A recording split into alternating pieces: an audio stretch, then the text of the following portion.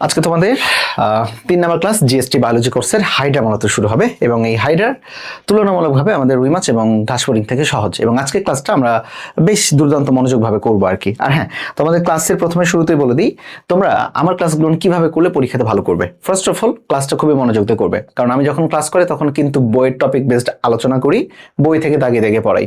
So এটা করলে তোমার মোটামুটি 70 থেকে 80% কাভার। এরপরে তুমি লেকচার শিট অথবা বই ফলো করবা। বই ফলো করার কথা আমি সবসময় বেশি বলি আর কি, ওকে। আর যদি বই ফলো করার টাইম না পাও, অন্তত পক্ষে লেকচার শিটটা পড়ো। আর যদি টাইম পাও তাহলে ক্লাস প্লাস তোমার বই প্লাস লেকচার শিট, এরপরে পরীক্ষাটা দিবা, যেটা আমি লিঙ্ক পাঠাই। ইনশাল্লাহ তুমি বায়োলজিতে 25-এর মধ্যে চমৎকার মার্কস পেয়ে তুমি জিএসটিতে চান্স পেয়ে আসবা। ধরে রাখো, যদি তুমি আগে নাও পড়ো, এখন যদি তুমি একটু প্র্যাকটিস করো, তুমি প্রায় 90% থেকে 95% কভার করে ফেলতে পারবা যদি এইভাবে করো। সো চলো আমরা শুরু করে দিই আজকে আমাদের লেকচারটা, ওকে। সো ফার্স্ট অফ অল তোমরা দেখতে পাচ্ছ হাইড্রার অনেকগুলো একটা ছবি দেওয়া রয়েছে এটাতে। হাইড্রার ছবির মধ্যে আমরা একটু চলে যাই, প্রথম প্রশ্নের দিকে চলে যাই। কিছু সহজ প্রশ্ন আমরা একটু আলোচনা করবো আজকে, ওকে।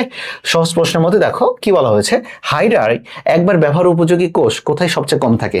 প্রশ্নটা দেখো, একটু বুঝতে হবে আর কি। একবার ব্যবহার উপযোগী কোষ, আচ্ছা একবার মাত্র ব্যবহার করা যায় কোনটা বলো তো? হাইড্রার যে কি থাকে, ওই যে নিডোসাইট থাকে। কি থাকে বলো তো? নিডোসাইট। নিডোসাইট মানে জাস্ট একটু তুমি যদি একটু মনে করো যে ওই যে আমাদের নেমাটোসিস্ট থাকে, নেমাটোসিস্ট, আর নেমাটোসিস্ট যুক্ত যে একটা অংশ থাকে সেটার নামটা কি? নিডোসাইট। তাহলে নিডোসাইট কোষটা একবার যদি বের হয়ে যায় সেটা কিন্তু আর পুনরায় ব্যবহার করা যায় না। তাহলে কি বলা হয়েছে?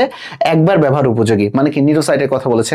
ওই চাবুক বের হয়ে যাচ্ছে, এটা সবচেয়ে কম পরিমাণে থাকে কোথায়? সবচেয়ে কম পরিমাণে থাকে কোথায় বলতো? নিউরোসাইট কোষ সবচেয়ে কম পরিমাণে থাকে। আমাকে একটু উত্তরে কেউ একটু জানাবা, কোর্সিকা, হাইপোস্টম, পাদচাতকি নাকি দেহকাণ্ড? মনে রাখবা নিউরোসাইট সবচেয়ে কম পরিমাণে থাকে, রাইট অ্যান্সার হবে পাদচাতকি, ওকে। যদি এখন একইভাবে ভাইস ভার্সা ভাবে যদি আমরা একটা চিন্তা করি যে নিউরোসাইট, তাহলে এটার কি হবে বলতো? কোন সাইট? নিডোসাইট।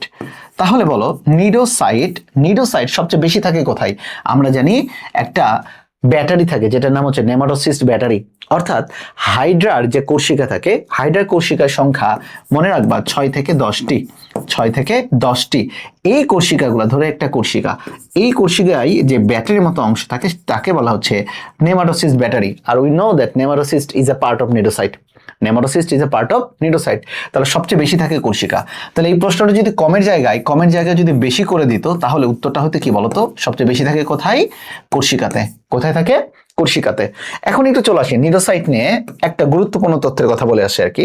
সেটি হচ্ছে যে নিউরোসাইট মূলত একবার যদি নিক্ষিপ্ত হয়ে যায় সেটা পুনরায় ব্যবহার করা যায় না।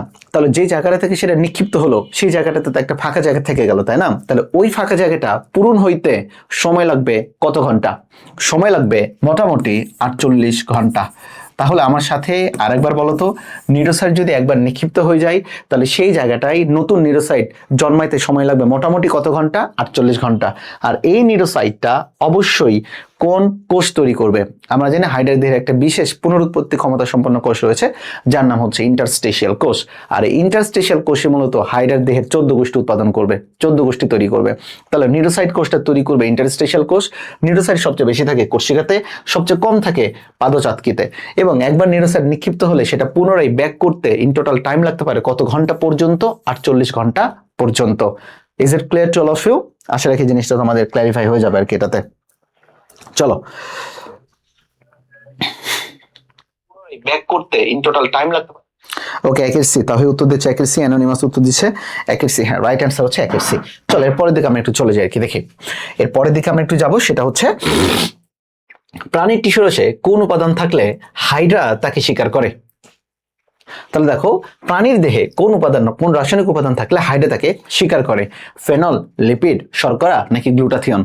ফার্স্ট অফ অল এদিকে এই উত্তরটা করতে গেলে তোমাদের একটু চিন্তা করতে হবে যে উত্তরটা তুমি ফেনল দিবা নাকি গ্লুটাথিয়ন দিবা। বাট তার আগে আমরা একটা জিনিস চলে আসি যে হাইড্রার সাথে রাসায়নিক জিনিসের 3টা মিল রয়েছে বা 3টা পয়েন্ট রয়েছে রাসায়নিক। তাহলে হাইড্রার দেহের রাসায়নিক পদার্থ বা হাইড্রার দেহের না বলে হাইড্রা রিলেটেড রাসায়নিক পদার্থ, 1 নম্বরের যদি আমি কথা বলি তাহলে সেটা হবে ফেনল। 1 নম্বরের নাম কি? ফেনল। 2 নম্বরের নাম যদি আমি বলি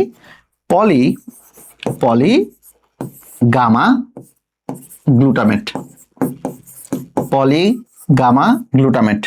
আর 3 নম্বরে যদি কথা বলি তাহলে সেটা আসবে গ্লুটাথিয়ন। তাহলে একটু মনোযোগ দাও, দেখো তাহলে হাইড্রার দেহের সাথে রাসায়নিক পদার্থের সম্পর্ক মূলত এখানে আমাদের 3টা রাসায়নিক পদার্থের নাম থাকবে। দেখো ফেনল, ফেনল এর সাথে যখন তুমি একটা যোগ করে দিবা প্রোটিন, তাহলে আমরা জানি প্রোটিন প্লাস ফেনল মিলে তৈরি হয় একটা বিষ যার নাম হচ্ছে হিপনোটক্সিন। তাহলে হাইড্রার দেহের বিষের নাম কি? হিপনোটক্সিন। হিপনোটক্সিন কি কি দ্বারা তৈরি? প্রোটিন এবং ফেনল দ্বারা তৈরি। এখন আসি দেখো পলিগামা গ্লুটামেট কি? হাইড্রা যখন তার দেহের শিকার, আশেপাশে শিকার ঘুরে বেড়ায়, যখন সে তার দেহ থেকে নেমাটোসিস্টার নিক্ষিপ্ত করে, মানে হাইড্রার দেহের ভেতরে রাসায়নিক পদার্থের নামটা হচ্ছে পলিগামা গ্লুটামেট। এটা কার বডিতে থাকে? হাইড্রার বডিতে থাকে, হাইড্রার দেহে থাকে। তাহলে বলো, সে যখন নেমাটোসিস প্রক্ষেপণ করে তখন হাইড্রার দেহের ভিতরে রাসায়নিক পদার্থের নাম কি? পলিগামা গ্লুটামেট। হাইড্রার দেহের ভিতরে বিষের নাম কি? হিপনোটক্সিন। কি দ্বারা তৈরি? প্রোটিন এবং ফেনল দ্বারা তৈরি। আরেকটা চলে আসো গ্লুটাথিয়ন। গ্লুটাথিয়ন কার দেহে থাকে? গ্লুটাথিয়ন মূলত থাকে হাইড্রা যাকে শিকার করে, হাইড্রা যাকে শিকার করে। তাহলে হাইড্রা হচ্ছে শিকারী, শিকারীর দেহে থাকে হচ্ছে কোনটা? পলিগামা গ্লুটামেট। আর যে শিকার তার বডিতে থাকে, যে শিকার তার বডিতে থাকে কোনটা বলতো? Glutathione, glutathione. আশা রেখে জিনিসটা একদম ক্রিস্টাল ক্লিয়ার হয়ে গিয়েছে আর কি তোমাদের। তাহলে রাইট অ্যান্সার হবে কোনটা? গ্লুটাথিয়ন। যদি বলা হয় হাইড্রার দেহে তখন কিসের পরিমাণ বেড়ে যায়? তখন হবে পলিগামা গ্লুটামেট। হাইড্রার দেহের বিষের নাম কি? হিপনোটক্সিন। কি দ্বারা তৈরি? প্রোটিন এবং ফেনল দ্বারা তৈরি। প্রোটিন এবং কি দ্বারা তৈরি? ফেনল দ্বারা তৈরি। ওকে, আচ্ছা আচ্ছা, কমেন্টে যদি নাম না ওঠে কোনো সমস্যা নেই। 2 এর ডি, রাইট অ্যান্সার 2 এর ডি। চলো এরপরের দিকে আমরা চলে যাই, দেখি সেটা হচ্ছে কোন নেমাটোসিস্টে হিপনোটক্সিন থাকে। আচ্ছা, এখন আমরা যে জায়গায় চলে যাব সেটা হচ্ছে বইয়ের পাতে একটু চলে যাই। দেখো ফার্স্ট অফ অল তোমাদের একটা গুরুত্বপূর্ণ যে টপিকটা দেওয়া রয়েছে সেটা হচ্ছে, তোমরা জানো যে এখানে মূলত লেখা রয়েছে একটা আদর্শ নিউরোসাইটের গঠন। আদর্শ নিউরোসাইটের গঠন, এটা হচ্ছে একটা আদর্শ নিউরোসাইট এবং নিউরোসাইটের গঠন হচ্ছে মূলত 5টা। তাহলে বলো আদর্শ নিউরোসাইটের গঠন কয়টা? 5টা। প্রথমটা হচ্ছে আবরণী। ওকে, প্রথমটা কি? আবরণী। এরপরে তাদের ভেতরে একটা থলে থাকে, তার নাম নেমাটোসিস্ট, নেমাটোসিস্ট। এরপরের দিকে চলে আসে কি? দেখো অপারকুলাম, নিডোসিল, পেশিতন্তু এবং ল্যাসো, পেশিতন্তু এবং ল্যাসো। এই ছবিটার দিকে আমরা যদি একটু খেয়াল করি আর কি, দেখো ফার্স্ট অফ অল এই জায়গাটায় কি কি গুরুত্বপূর্ণ জিনিস আমি সেখানে তোমাদের তো লিখে দিয়েছি। আবরণ কয়টা দেখো, ফার্স্ট অফ অল বাইরের দিকে একটা আবরণ দেখা যাচ্ছে না? এটা এই একটা, তাহলে আবরণী হইতেছে দ্বিস্তরী। আবরণী কি? দ্বিস্তরী। এরপরে বলেছে nematocyst, nematocyst. What is cyst? Cyst মানে কি? সিস্ট শব্দের অর্থ হচ্ছে পানিপূর্ণ থলে। তাহলে দেখো তো এটা তো একটা নিউরোসাইট, মানে পুরো একটা কোষ যার নাম নিউরোসাইট। এই নিউরোসাইটের ভেতরে দেখো এরকম একটা থলে রয়েছে, এই থলের ভেতরেই পেঁচানো সূত্রক থাকে। এই থলেটা থাকে যেহেতু থলে, এর ভেতরে থাকে হিপনোটক্সিন মানে পানির মতো পদার্থ, এই জন্য এতটুকু থলের নাম নেমাটোসিস্ট, নেমাটোসিস্ট। এবং তোমরা জানো নেমাটোসিস্টের ভেতরে একটা বিষাক্ত তরল পদার্থ থাকে যার নাম হিপনোটক্সিন, যেটা কি দ্বারা তৈরি? প্রোটিন এবং ফেনল দ্বারা তৈরি। এখন আসো, এদের ভেতরে একটা বার ঢোকানো থাকে, মানে লাঠি এইরকম করে চলে যায়, বুঝছো? চাবুকটা এভাবে বের হয়ে যায়, কিন্তু চাবুকটা উল্টা দিকে ঢোকানো থাকে। তখন এখানে থাকে বার বা শ্যাফট, এখানে থাকে বার্ব। বার্ব মানে কাটা, বড় কাটা। মনে রাখবা বার্ব থাকে 3টা। তাহলে বলো বার্ব থাকে কয়টা? 3টা। তাহলে বলো বার্ব কয়টা? বলো তো 3টা। আর অসংখ্য ছোট ছোট বারবিল দেখা যায়, মাথায় একটু রাখতে হবে। ক্লিয়ার এতটুকু জিনিস? এরপরে চলে আসো অপারকুলাম। বাচ্চারা, অপারকুলাম মানে হইতেছে ঢাকনা। তাহলে এই যে নেমাটোসিস্ট, পুরাটার নাম নিউরোসাইট, শুধু এতটুকু থলের নাম নেমাটোসিস্ট।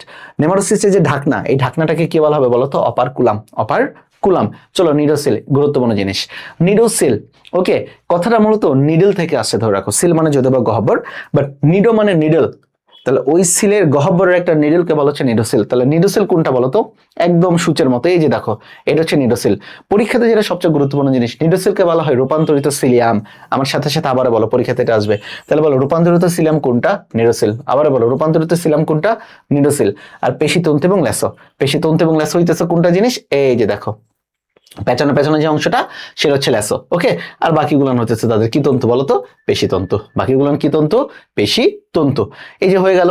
এখন আসো, এই যে আমরা তো এক আদর্শ নিউরোসাইট পড়লাম, নিউরোসাইটের ভেতরের যে থলে তার নাম নেমাটোসিস্ট। নেমাটোসিস্টের সংখ্যা পরীক্ষাতে অনেকবার আসছে। বিজ্ঞানী ভার্নার নেমাটোসিস্ট আবিষ্কার করেছেন 23 ধরনের। কত ধরনের বলতো? 23 ধরনের। এর মধ্যে গুরুত্বপূর্ণ দেখো 4টা। কয়টা গুরুত্বপূর্ণ? 4টা। 4 ধরনের। কি কি লেখা রয়েছে? স্টেনোটিল বা penetrant. What do you mean by the penetrant? Penetrant শব্দের অর্থ ফুটিয়ে দেওয়া, বিধে দেওয়া, ঢুকে দেওয়া। তাহলে পেনিট্রেন্ট, স্টেনোটিল বা পেনিট্রেন্ট। ওকে, এরপরের দিকে দেখো লেখা হচ্ছে কি ভলভেন বা ডেসমোনিম, ভলভেন বা desmoneme. What do mean by the volvent? Volvent মানে তারের মতো পেঁচানো, মোড়ানো এটা। এরপরে দেখো স্ট্রেপ্টোলিন গ্লুটিন্যান্ট এবং আরেকটা রয়েছে স্টেরিওলিন গ্লুটিন্যান্ট। এই স্টেরিওলিন গ্লুটিন্যান্টের এখানে আমি একটা জিনিস লিখে রাখছি, দেখো সবচেয়ে ক্ষুদ্রতম। তাহলে পরীক্ষাতে যদি প্রশ্ন আছে লিখে রাখো সবচেয়ে ক্ষুদ্রতম কোনটা? স্টেরিওলিন গ্লুটিন্যান্ট, স্টেরিওলিন গ্লুটিন্যান্ট, যাদের অপর নামও আছে। তো যাই হোক, মেইন যে জিনিসটা আসো এই জায়গাতে সেটা হচ্ছে স্টেনোটিল বা পেনিট্রেন্টের কাজটা কি? যে কোনো জিনিস ঢুকাই দেওয়া। কি ঢুকাই দিবে? ওই যে চাবুক, চাবুকটা তার বডিতে ঢুকাই দেবে শিকারের বডিতে। আর চাবুক ঢুকালেই কি ওর ভেতরে বিষ যাবে। বিষের নাম কি? হিপনোটক্সিন। বিষের নাম কি? হিপনোটক্সিন। তাহলে হিপনো মানে কি জানো? অজ্ঞান করে দেওয়া। তাহলে হিপনোটক্সিন ওই শিকারকে কি করে দেবে? অবশ করে দেবে, অজ্ঞান করে দেবে। তাহলে দেখো এর বৈশিষ্ট্য কি? এই যে স্টেনোটিলের বৈশিষ্ট্য যা, এটার বৈশিষ্ট্য সেম। এটা মূলত একটা স্টেনোটিলি বা পেনিট্রেন্ট। এই নেমাটোসিসটা মূলত পেনিট্রেন্ট ধরনের। তাহলে দেখো কি কি, এটা মূলত শীর্ষ উন্মুক্ত, পাট প্রশস্ত, তিনটি বার্ব থাকে, বড় বড় কাটা, এবং দেখো এদের ভিতরে বিষ থাকে। বিষের নাম কি? হিপনোটক্সিন। আর এরা কি করে? ঢুকে দেয়, সূত্রক বিদ্ধ করে বিষাক্ত হিপনোটক্সিন প্রবেশ করিয়ে অবশ এবং অজ্ঞান করে ফেলে। অবশ এবং কি করে ফেলে? অজ্ঞান করে ফেলে। চলো আসো ভলভেন। এই ছবিটার দিকে দেখো, স্ক্রুর মতো তাই না? এটা কি করে? শিকারকে পেঁচায় ধরে, অজগর সাপের মতো, অজগর সাপের মতো। এটি শিকারকে বা বস্তুকে আঁকড়ে ধরতে সহায়তা করে। চলো স্ট্রেপ্টোলিন এবং স্টেরোলিন দুইটাই একই কাজ। দুইটাই মানে তাদের বডি থেকে আঠালো এক ধরনের মিউকাস ক্ষরণ করবে, যেটা দ্বারা তারা ওই শিকারকে আটকে রাখবে। তাহলে বলতো শিকারকে, বস্তুকে বা শিকারকে আঁকড়ে ধরে রাখতে সহায়তা করতেছে কোনটা বলতো? মূলত ওই যে স্ক্রুর মতো যেটা ভলভেন্ট বা ডেসমোনিম ওইটা। আর আঠা ক্ষরণ করে আটকে রাখে, আঠা ক্ষরণ করে আটকিয়ে রাখে কোনটা? স্ট্রেপ্টোলিন এবং স্টেরোলিন দুইটাই। বাট এখানে একটা কথা রয়েছে, দেখো ছবিটার দিকে দেখাও। এই যে যেটা স্ট্রেপ্টোলিন, স্ট্রেপ্টোলিনের এখানে দেখো সূত্রকে কাটা থাকে, সূত্রকে কাটা থাকে। আর স্টেরিওলিনে কোনো কাটা থাকে না। মনে রাখবে কিভাবে? আমরা যখন কথা বলি বিভিন্ন, এই যে মাইকে কথা বলছি, এই মাইকের সাউন্ডটাকে বলা হয় স্টেরিও সাউন্ড। স্টেরিও মানেটা কি? এখানে কোনো বেশি নয়েজ টয়েজ কোনো কিছু থাকে না আর কি, স্মুথ থাকে।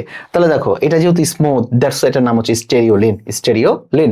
আর এটার নাম হচ্ছে স্ট্রেপ্টোলিন। তাহলে বলো কাটা থাকে কোনটাতে? স্ট্রেপ্টোলিন। হিপনোটক্সিন থাকে কোথায়? স্টেনোটিল। প্যাচের মতো স্ক্রু থাকে কোথায়? ভলভেন্ট। আর দেখো স্টেরোলিন এখানে, এটা হচ্ছে সবচেয়ে কিতম বলতো? ক্ষুদ্রতম, সবচেয়ে ক্ষুদ্রতম নেমাটোসিস্ট। সবচেয়ে ক্ষুদ্রতম কি? নেমাটোসিস্ট। মাথায় থাকবে এটাতে। চলো এখন দেখো যখন শিকার কাছে আসে তখন হাইড্রা তার নেমাটোসিস্ট ক্ষরণ করে, নিক্ষিপ্ত করে। এটা দুইটা যুগপৎ ভাবে দুইটা প্রক্রিয়া চলে, একটা রাসায়নিক আর একটা হচ্ছে যান্ত্রিক প্রক্রিয়া। একটু আগে বলছে হাইড্রার দেহে পলিগামা গ্লুটামেটের রাসায়নিক পদার্থ ক্ষরণ হয়, ফলে ভেদ্যতা বেড়ে যায়। চলো আসো দেখো 48 ঘন্টার মধ্যে ইন্টারস্টেশিয়াল কোষ রূপান্তরিত হয়ে নতুন নিউরোসাইট সৃষ্টির মাধ্যমে নিউরোসাইট প্রতিস্থাপিত হয়। তাহলে বলো তো একবার যদি নিউরোসাইট বের হয়ে যায় তাহলে এটা প্রতিস্থাপন হইতে কত ঘন্টা টাইম লাগবে? 48 ঘন্টা। 48 ঘন্টার মধ্যে। ওকে, মনে জানা থাকে আর কি এটাতে। চলো এরপরের দিকে আমরা একটু উত্তরের দিকে যাই, দেখি।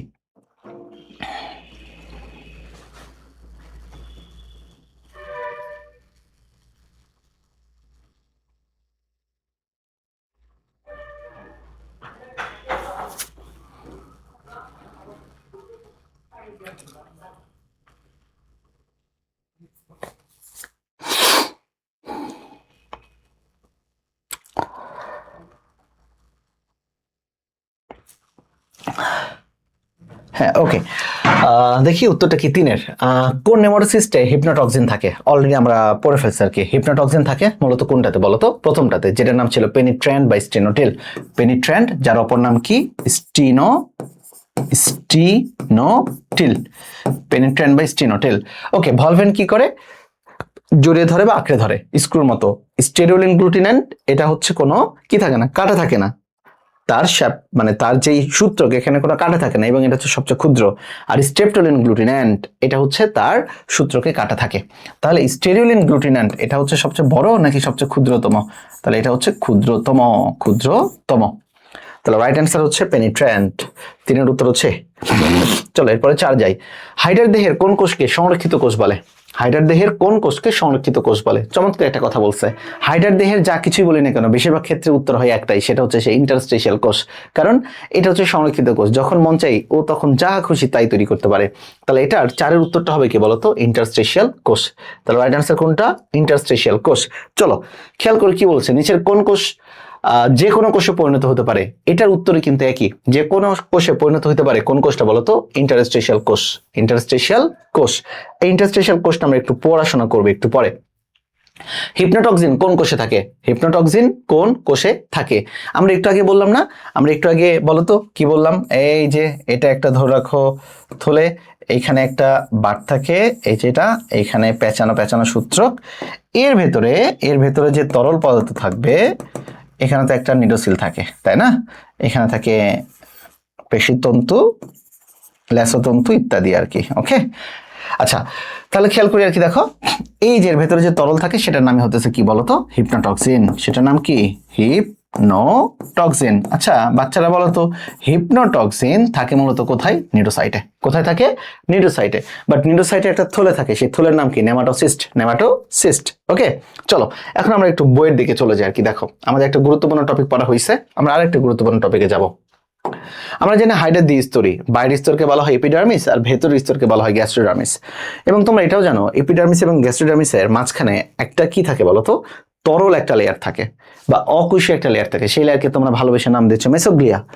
আর এই মেসোগ্লিয়া থেকে যে প্রশ্নটা সবচেয়ে বেশি আসে সেটা হচ্ছে মেসোগ্লিয়ার পুরুত্ব কত? মনে রাখবা মেসোগ্লিয়ার পুরুত্ব হচ্ছে 0.1 মাইক্রোমিটার। আবারও বলো কত? 0.1 মাইক্রোমিটার। আবারও বলো কত? 0.1 মাইক্রোমিটার। আচ্ছা আমরা এখন হাইডার দেহের একটু কোষের দিকে একটু যাবো আর কি, তাই না? আগের এই পেজের দিকে যাই, দেখো হাইডার বৈশিষ্ট্য। এই ছবিটা দিকে একটু তাকাই আর কি। দেখো এই ছবিটা দিকে তাকালে আমরা যেটা পাই, হাইডার মূলত এটা হচ্ছে এপিডার্মিস, এটা মেসোগ্লিয়া, এটা হচ্ছে গ্যাস্ট্রোডার্মিস। এপিডার্মিস মানে বাইরের ত্বক বা বাইরের আবরণ। বাইরের কোষে বা বাইরের আবরণে কোষ থাকে 7টা আর ভেতরে থাকে 5টা। বাইরে কয়টা? 7টা, ভেতরে থাকে কয়টা? 5টা। তাহলে 2টা কম বেশি রয়েছে। 2টা কোনটা? সবচেয়ে গুরুত্বপূর্ণ জিনিস, 2টা কোনটা? ওকে, 2টা ক্ষেত্রে মাথায় রাখতে হবে এই 2টা হচ্ছে একটা জনন কোষ আর একটা নিউরোসাইট। জনন কোষ শুধুমাত্র বাইরে থাকবে, মানে এপিডার্মিসে থাকবে। নিউরোসাইট শুধুমাত্র এপিডার্মিসে থাকবে। তাহলে জনন কোষ এবং নিউরোসাইট গ্যাস্ট্রোডার্মিসে থাকবে না, গ্যাস্ট্রোডার্মিসে থাকবে না। তাহলে চলো বলো কি কি রয়েছে? পেশি আবরণী কোষ, ইন্টারস্টেশিয়াল কোষ, সংবেদী কোষ, স্নায়ু কোষ, গ্রন্থি কোষ, জনন কোষ, নিউরোসাইট। ওকে, এরপরে দেখো গ্যাস্ট্রোডার্মিসে কি রয়েছে? পুষ্টি কোষ। ভাই এই পুষ্টি কোষটা ইটস ওয়ান টাইপ অফ পেশি আবরণী কোষ। গ্রন্থি কোষ মিল আছে, ইন্টারস্টেশিয়াল কোষ মিল রয়েছে, সংবেদী কোষ মিল রয়েছে, স্নায়ু কোষ মিল রয়েছে। তাহলে মিল নাই কোনটার? এই 2টার। জনন কোষ নাই আর নিউরোসাইট নাই। আবারও বলো, জনন কোষ নাই আর কি নাই রে ভাই? নিউরোসাইট নাই। কোথায়? গ্যাস্ট্রোডার্মিসে। গ্যাস্ট্রোডার্মিসে। আর বলো মেসোগ্লিয়া, বলো মেসোগ্লিয়ার পুরুত্ব কত? 0.1 মাইক্রোমিটার। আবারও বলো 0.1 মাইক্রোমিটার। এটা পারা উচিত আর কি তোমাদেরকে। আচ্ছা এরপরে এই যে এপিডার্মিসের কোষ সমূহের দিকে আমরা একটু চলে যাই আর কি। দেখো এখানে অনেকগুলো ছবি দেওয়া রয়েছে, ছবিগুলো তো আমাদের একটু দেখতে হবে। বাট এদের মধ্যে ফার্স্ট অফ অল যেটা ছিল সেটা পেশি আবরণী কোষ। বলেই দিচ্ছে পেশি আবরণী কোষ। আবরণী মানে কি? এটা বাইরে একটা আবরণ তৈরি করবে, তাই না? পেশি মানে কি? এর সংকোচন প্রসারণ ক্ষমতা থাকবে আর কি, মাথায় রাখতে হবে। এবং এটা দেখতে কোনাকার বা নাশপাতি আকৃতির। কণাকার বা নাশপাতি আকৃতির। এই ছবিটার দিকে তাকাও আর কি। দেখো এই যে এটার নামটা হচ্ছে পেশি আবরণী কোষ। এবং পেশি আবরণী কোষের এখানে দেখো এই যে দেখছো কালো কালো তন্তু থাকে, এই তন্তুর নাম হচ্ছে মায়োনিম তন্তু। বলো এই তন্তুর নামটা কি? মায়োনিম তন্তু। আর তন্তু থাকে বলেই এটাকে পেশি তন্তু বলা হয়। তন্তু থাকে বলেই এটা সংকুচিত হতে পারে, প্রসারিত হতে পারে। কারণ বলছে না পেশি, পেশি, তাহলে পেশির কাজ তো করতে হবে সংকোচন প্রসারণ। সংকোচন প্রসারণের কাজ করে থাকে কে? মায়োনিম তন্তু। কোন তন্তু বলো তো? মায়োনিম তন্তু। আসো এখানে দেখো এদের মূলত একটা পেশিলেজ বা পেশি প্রবর্ধক থাকে। এখানে মূলত যে তন্তু থাকে তার নাম কি? মায়োনিম তন্তু। আচ্ছা এরপরে দেখো সবচেয়ে গুরুত্বপূর্ণ, এখানে আমি 3 স্টার কাজ মানে 3 স্টার দিয়েছি যে হাইডার ক্ষেত্রে পেশি আবরণী কোষের কাজ কি? আবরণ, তার মানে কি? দেহাবরণ তৈরি করবে। পরীক্ষাতে সরাসরি প্রশ্ন আসছিল যে কিউটিকল গঠনে অংশগ্রহণ করে কোনটা? কিউটিকল গঠনে অংশগ্রহণ করেও কিন্তু পেশি আবরণী কোষ। আবার দেখো এখানে লেখা রয়েছে মিউকাস দানা সমৃদ্ধ অংশ শ্বসনে অংশগ্রহণ করে। খুবই খুবই ইম্পর্টেন্ট, পরীক্ষাতে হুবহু চলে আসবে। শ্বসনে অংশগ্রহণ করে কোনটা? তাহলে বলো শ্বসনে অংশগ্রহণ করবে পেশি আবরণী কোষ। ওকে, এরপরে দেখো মায়োনিম তন্তু থাকে কোথায়? পেশি আবরণী কোষে। আবরণ দেয় কে? পেশি আবরণী কোষ। এরপরে কিউটিকল যে একটা আবরণ থাকে আর কি, কিউটিকল গঠনে অংশগ্রহণ করে, সেটাও কে বলতো? পেশি আবরণী কোষ। এই হইতেছে তাদের কাজের খুবই গুরুত্বপূর্ণ জিনিস। চলে আসি ইন্টারস্টেশিয়াল কোষ। ভাই এটা নিয়ে পড়ানোর মতো কোনো কিছু নাই। হাইডার দেহের যা কিছু সবকিছু তৈরি করে ইন্টারস্টেশিয়াল কোষ। বাট এদের ব্যাসটা যদি পারো একটু পড়িরো, না পড়লে হবে 5 মাইক্রোমিটার। এখন আসো এই ইন্টারস্টেশিয়াল কোষ সবচেয়ে কম থাকতেছে কোথায়? দেখো খেয়াল করো হাইপোস্টোমের নিচে দিকে একটা বৃদ্ধি এলাকা গঠন করে। আচ্ছা ঠিক আছে, হাইপোস্টোমের নিচে, এটা মানে মুখের কাছে, দরকার নাই। চলো আমরা জানি ইন্টারস্টেশিয়াল কোষ এটার খেয়াল করে দেখো, এরা থেকে তৈরি হয় একটা নিডোসাইট। আর বলো তো নিডোসাইট সবচেয়ে কম পরিমাণ থাকে কোথায়? নিডোসাইট কম পরিমাণ থাকে কিন্তু পদতলে বা পাদচাকতিতে। আসো ইন্টারস্টেশিয়াল কোষ, খেয়াল করো চমৎকার একটা কথা বলছে, এর নাম হচ্ছে টটিপটেন্সি বা টটিপটেন্ট। এটা নিয়ে কথা বলেছেন বিজ্ঞানী বার্লিন।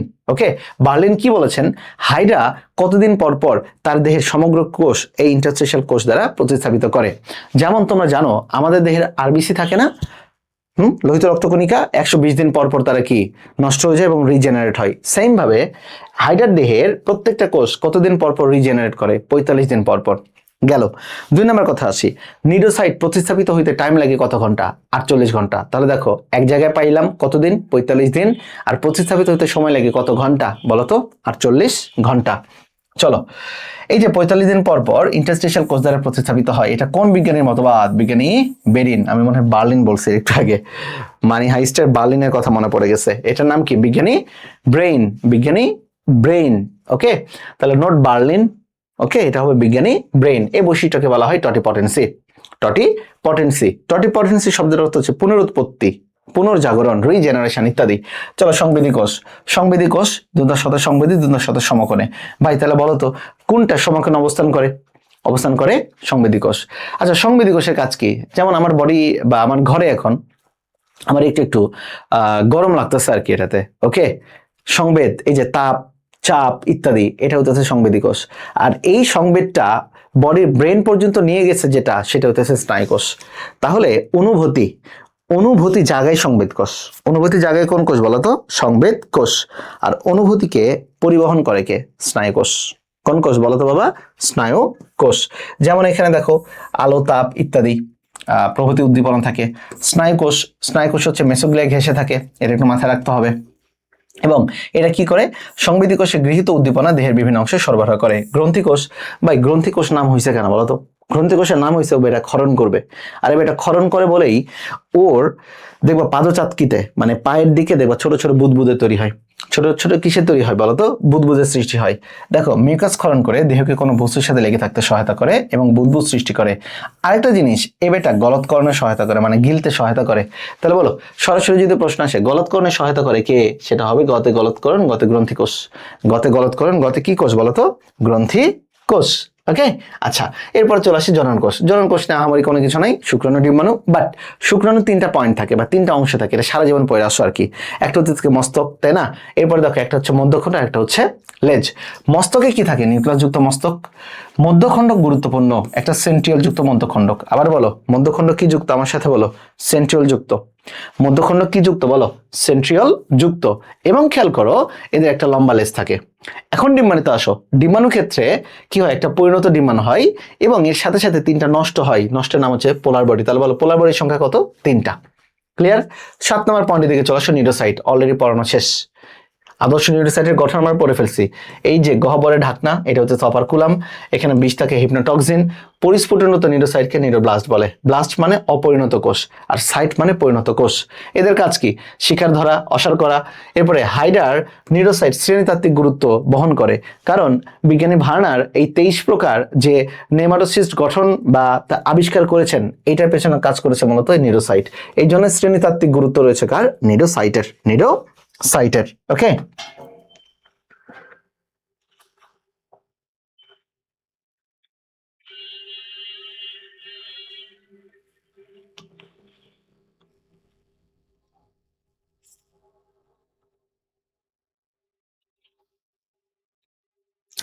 চলো আমরা এরপরের উত্তরটা দেখে ফেলি আর কি। 6 নাম্বার হচ্ছে নিউরোসাইট। 7-এর উত্তর দিকে চলে যায়। দেখো নিডারিয়া পর্বে কত ধরনের নেমাটোসিস থাকে? অলরেডি আমাদের পড়ানো কমপ্লিট। কত ধরনের বলতো? 23 ধরনের। এটা আবিষ্কার করেছেন কোন বিজ্ঞানী? বিজ্ঞানী ভার্নার। ওকে, তাহলে 7-এর উত্তর হচ্ছে কত? উত্তর দাও। 7-এর উত্তর কত?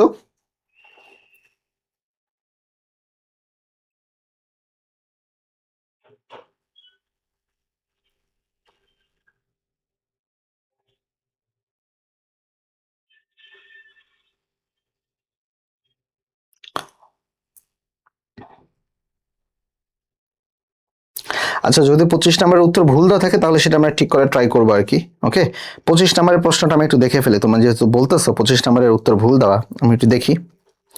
তোমরা অলরেডি আজকে রুই মাছে পরীক্ষা দিয়েছো, 234 জন অলরেডি পরীক্ষা দেওয়া শেষ। আচ্ছা, দেখতেছি আমি প্রশ্নটা 25 নাম্বার কি।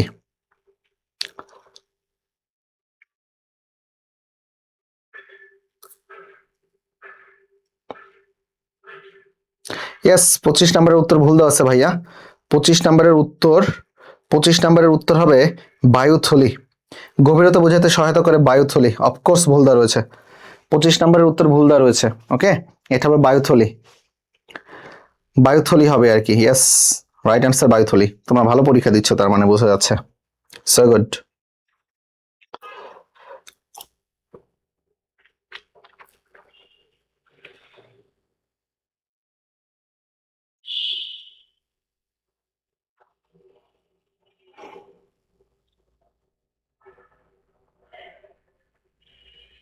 হ্যাঁ, ওকে, 7-এর উত্তর হচ্ছে ডি। 7-এর উত্তর হচ্ছে ডি, তাহলে উত্তর দিচ্ছে 8। দেখো, হাইডার গ্যাস্ট্রোডার্মিসের কোষ কোনটি? এই যে দেখো, গ্যাস্ট্রোডার্মিসের কোষ, তাই না? মানে ভেতরের কোষ, ভেতরের কোষ ছিল 5টা। দেখো, নিউরোসাইট, ভাই নিউরোসাইট শুধু বাইরে থাকে। জনন কোষ শুধু বাইরে থাকে। ওকে, প্যারাইটাল কোষ, প্যারাইটাল কোষ বলতে কোনো কোষ নাই হাইড্রাতে, মানে হবে না। তাহলে রাইট অ্যান্সার কোনটা বলো তো? পুষ্টিকোষ। রাইট অ্যান্সার কোনটা? পুষ্টিকোষ। এই পুষ্টিকোষেরই অপর আরেকটা নাম হচ্ছে কিন্তু পেশি আবরণী কোষ। এটা অলরেডি পড়ানো শেষ আমাদের। চলো, হাইড্রার কোন কোষটি কেবল বহিস্তরে বিদ্যমান? কোন কোষটা? আমরা জানি হাইড্রার বহিস্তরে বিদ্যমান 2টা কোষ। একটার নাম কি সাইট বলো? নিডোসাইট। নিডোসাইট। ওকে, আর একটা কোষ কোনটা বলো তো? কি? জনন কোষ। কোন কোষ? জনন কোষ। দেখি এখানে কি দেওয়া রয়েছে। স্নায়ুকোষ না, স্নায়ুকোষ 2 জায়গাতেই থাকে। গ্রন্থিকোষ 2 জায়গাতেই থাকে। ওকে, বহিস্তরে, কেবলমাত্র বহিস্তরে থাকে। ওকে, এরপরে দেখো ক্ষণপদীয় কোষ। ভাই, ক্ষণপদীয় কোষ শুধুমাত্র কই থাকে জানো? গ্যাস্ট্রোডার্মিসে থাকে। গ্যাস্ট্রোডার্মিসে থাকে ক্ষণপদীয় কোষ। এটা হবে না। তাহলে রাইট অ্যান্সার কোনটা? নিডোব্লাস্ট বা নিডোসাইট। নিডোব্লাস্ট বা নিডোসাইট। 9-এর উত্তর দেখি। 9-এর উত্তর নিডোব্লাস্ট। এই যে 9-এর উত্তর হচ্ছে নিডোব্লাস্ট। চলো 10 কি বলেছে? নিম্নের কোনটি পেনিট্র্যান্ট নেমাটোসিস্টের বৈশিষ্ট্য? Very good. পেনিট্র্যান্ট সবাই জানো। পেনিট্র্যান্ট কি ক্ষরণ করে? হিপনোটক্সিন, তাই না? যার অপর নাম কি? স্টিনোটিল। স্টিনোটিল কি ক্ষরণ করে বলো দেখি? মানে কোন ধরনের তার বৈশিষ্ট্য মিলে যায়? ওকে, দেখি। সূত্রক কাঁটাযুক্ত না, সূত্রক কাঁটাযুক্ত ছিল কার? স্টেপটোলিন। হচ্ছে না। আঠালো রসক্ষরণ করে, এটাকে স্টেপটোলিন এবং স্টেরোলিন গ্লুটিন্যান্ট। হচ্ছে না। শীর্ষদেশ বন্ধ, এর শীর্ষদেশ তো খোলা থাকবে, মাস্ট বি। এদের বাট কি? প্রশস্ত। এবং এদের বাটে বার বা কাঁটা থাকে কতটি বলো তো? 3টি। কাঁটা থাকে কতটি? 3টি। মনে জানা থাকে, বাট প্রশস্ত। চলো 11 নাম্বার। নিউরোসাইট কোষ কোথায় পাওয়া যায়? গুরুত্বপূর্ণ জিনিস না? নিউরোসাইট কোষ কোথায় পাওয়া যায়? সবচেয়ে সহজ আনসার এটাতে। দেখো, টিনিয়া, কপসাইকাস, প্যান্থেরা নাকি হাইড্রা? হাইড্রা নিডেরিয়া পর্বভুক্ত না, এই জন্য নিউরোসাইট পাওয়া যায় কোথায়? হাইড্রাতে। 11-এর উত্তর হচ্ছে ক। চলো আসি আর কি 12 নাম্বার। কোন ধরনের নেমাটোসিস্টের সূত্রক চাবুকের নাই কাঁটাযুক্ত? Very very good. দেখো, আমরা জানি নেমাটোসিস্ট, ইন টোটাল নেমাটোসিস্ট ছিল 23 প্রকার, তাই না? 23 প্রকারের মাঝখানে প্রধান ছিল কয়টা বলো? প্রধান ছিল 4টা। কতটি? 4টি। এই 4টির মধ্যে চাবুকের মতো কাটা আর চাবুক মানে কাটা বাদে ছিল 2টা, একটি স্টেপটোলিন আর একটি স্টেরিওলিন। আমি কি বলছি? স্টেরিও মানে সমান, কোনো নয়েজ থাকবে না, সমতল একটা জিনিস। তাহলে খেয়াল করো, এটা একটা সূত্রক, এর মধ্যে এখানে কাটা দেওয়া রয়েছে। ধরো এগুলান কাটা, এখানে কোনো কাটা নাই। তাহলে যেহেতু সমতল, সমান, কোনো ঝামেলা নাই, তাহলে এটা হবে স্টেরিওলিন গ্লুটিন্যান্ট। স্টেরিওলিন গ্লুটিন্যান্ট। আর যেহেতু এখানে কাটা রয়েছে, এটা হবে স্ট্রেপটোলিন গ্লুটিন্যান্ট। কি? স্ট্রেপটোলিন গ্লুটিন্যান্ট। আমি কি ব্যাপারটা বোঝাইতে পারছি? তাহলে চলো আমরা একটু দেখি উত্তর কোনটা। কোনোটি নয় না, এটা না। ভলভেন্ট মানে পেঁচানো। স্ট্রেপটোলিন গ্লুটিন্যান্ট। আর পেনিট্র্যান্ট কি? পেনিট্র্যান্ট বডিতে ঢুকাই দিবে। তাহলে রাইট অ্যান্সার হবে কোনটা? স্ট্রেপটোলিন গ্লুটিন্যান্ট। ওকে, এটা হচ্ছে রাইট অ্যান্সার আর কি আমাদের।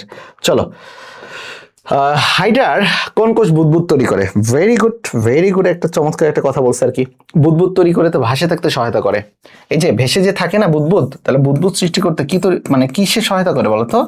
উল্টা ভাবে ভেসে থাকতে সহায়তা করে।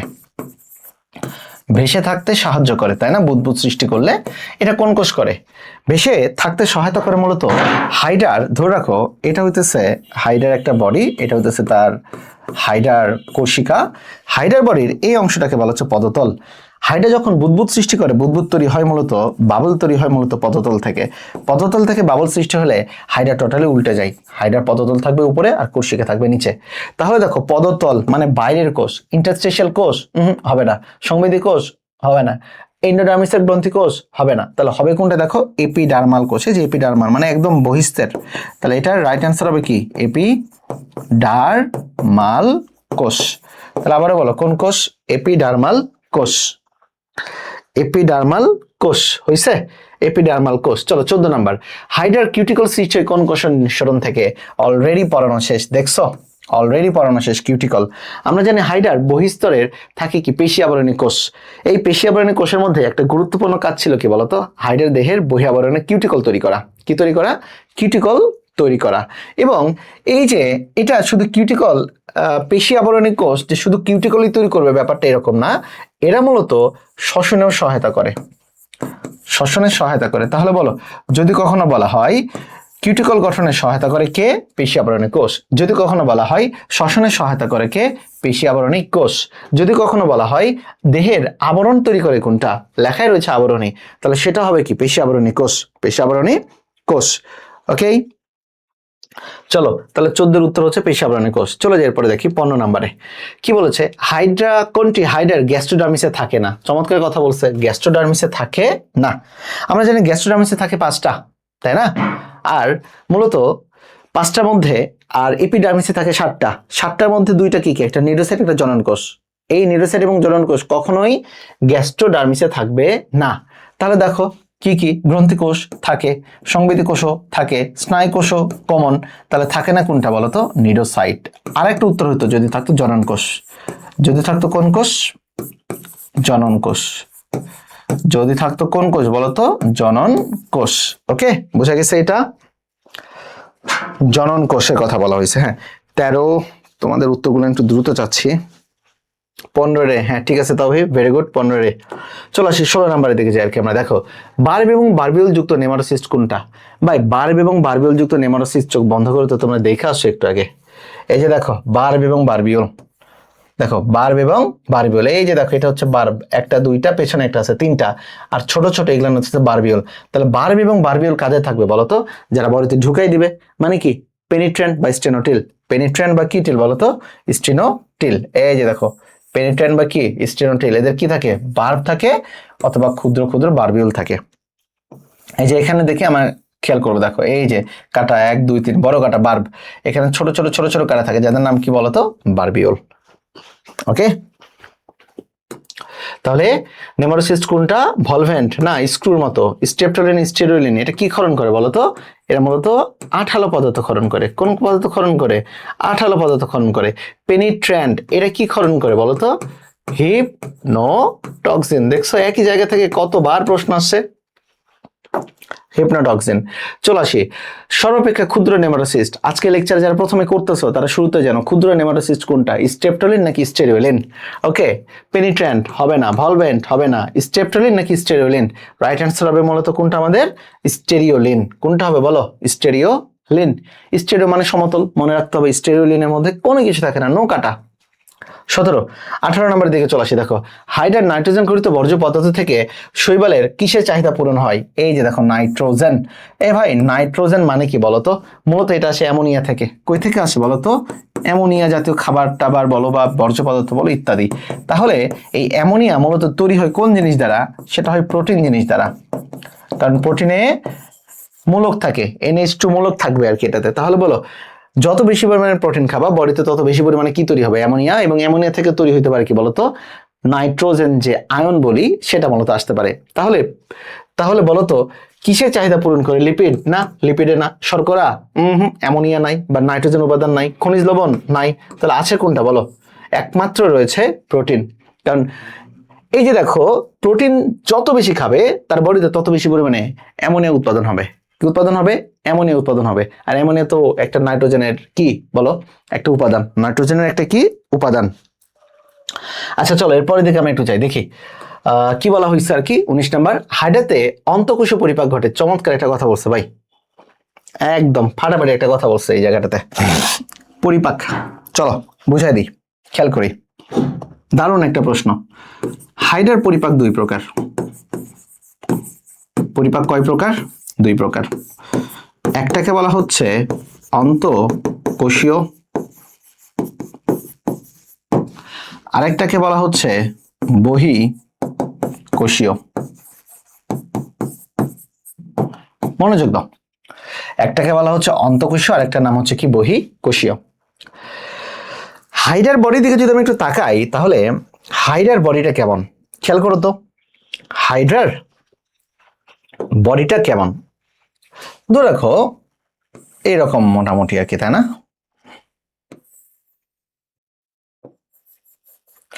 এখান থেকে অনেকগুলো ধরে রাখো কি বের হইলো, কোর্সিকা বের হইলো।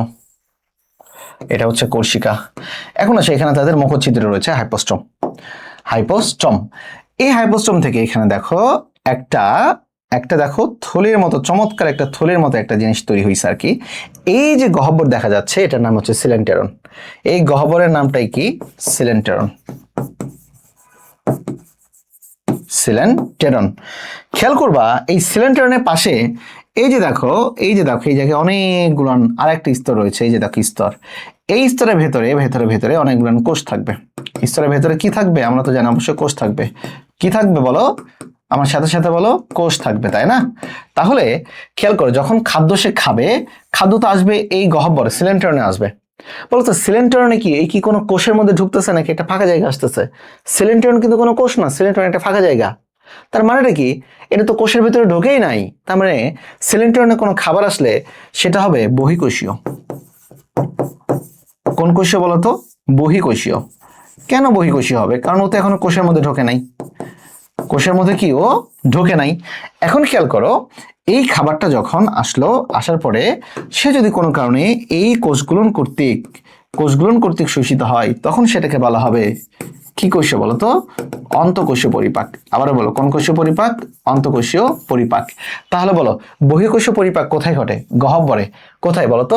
সিলেন্টেরনে। কোথায়? সিলেন্টেরনে। আর অন্তঃকোষীয় পরিপাক কোথায় ঘটে? কোষের ভেতরে। কোষের ভেতরে, মনে থাকবে। এবং কোষের ভেতরে এটা তো গ্যাস্ট্রোডার্মিস পড়তেছে, যেহেতু ভেতরে আবরণ গ্যাস্ট্রোডার্মিস। কোষের ভেতরে মূলত দুই ধরনের জিনিস থাকবে। একটা হচ্ছে এরকম দেখো ফ্লাজেলার মতো, আরেকটা কোষ থাকবে এরকম ক্ষণপদীয়। এরকম কি? ক্ষণপদীয়। তাহলে কিছু থাকবে ফ্লাজেলার মতো আর কিছু থাকবে কি? ক্ষণপদীয়। আবার বললাম কি পদীয় বলতো? ক্ষণপদীয়। মূলত এই ক্ষণপদীয় কোষগুলোই এই আন্তঃকোষীয় পরিপাকটা করে থাকে। আন্তঃকোষীয় পরিপাকটা করে থাকে। চলো আমরা একটু মেলানো ট্রাই করি আর কি, দেখি অন্তঃকোষীয় পরিপাক ঘটে কে?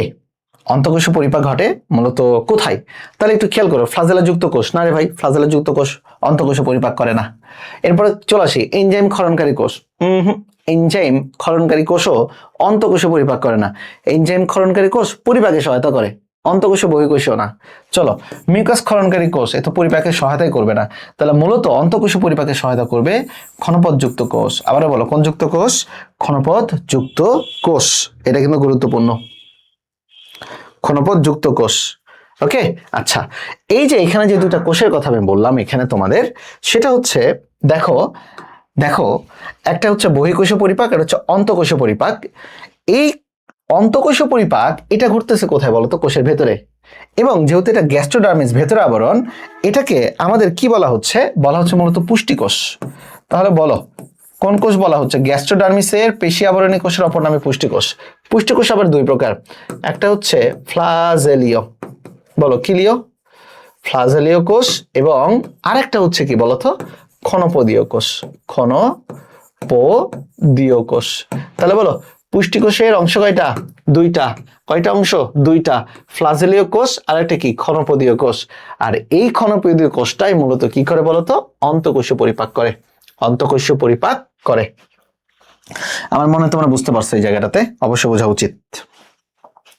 তাহলে রাইট অ্যান্সার ক্ষণপদীয় কোষ। ক্ষণপদীয় কোষ। চলো এরপরের দিকে আমরা চলে যাই, 20 নম্বরে যাই। দেখো কোন ধরনের চলন পদ্ধতিতে হাইড্রা লম্বা দূরত্ব অতিক্রম করে। চমৎকার একটা কথা বলছে। আমরা চলো চলনে চলে যাই, আর একটা গুরুত্বপূর্ণ তথ্যের দিকে চলে যাই, দেখি আমার উত্তরটা কে দেয় এটাতে। চলো চলনে যাই। এই যে গ্যাস্ট্রোডার্মিস, চলো একটা জিনিস তোমাদের এখানে পড়াই ফেলি। গ্যাস্ট্রোডার্মিসের কোষ হচ্ছে 5টা। এর মধ্যে দেখো পেশি আবরণী কোষ, যার অপর নাম পুষ্টিকোষ। কেন পুষ্টিকোষ? কারণ এটা পুষ্টির সাথে যুক্ত থাকে। এখন এই পুষ্টিকোষ আবার 2 ধরনের ভাই। পুষ্টিকোষ কয় ধরনের? 2 ধরনের। দেখো, ফ্লাজেলীয় কোষ, যেখানে সুতার মতো অংশ থাকে 1 থেকে 4টা। ক্ষণপদীয় কোষ, যেটা ক্ষণপদের মতো। যেটা কিসের মতো? ক্ষণপদের মতো। এখন আসো এখানে মূলত এই যে পেশি আবরণী কোষ বা পুষ্টিকোষের কাজ রয়েছে, কাজের মধ্যে সবচেয়ে গুরুত্বপূর্ণ যে কাজটা, সেটা হচ্ছে দেখো, প্রয়োজনে এ কোষ আন্দোলিত হয়ে মুখচ্ছিদ্রে পানি প্রবেশ করায়। এটা কেউ কখনো কল্পনাই করবে না। তাহলে মুখচ্ছিদ্রে পানি প্রবেশ করানোর ক্ষেত্রে কোন কোষ কাজ করবে? গ্যাস্ট্রোডার্মিসের কোন কোষ? পুষ্টিকোষ। পুষ্টিকোষ না থাকলে কোনটা দিবা? পেশি আবরণী কোষ।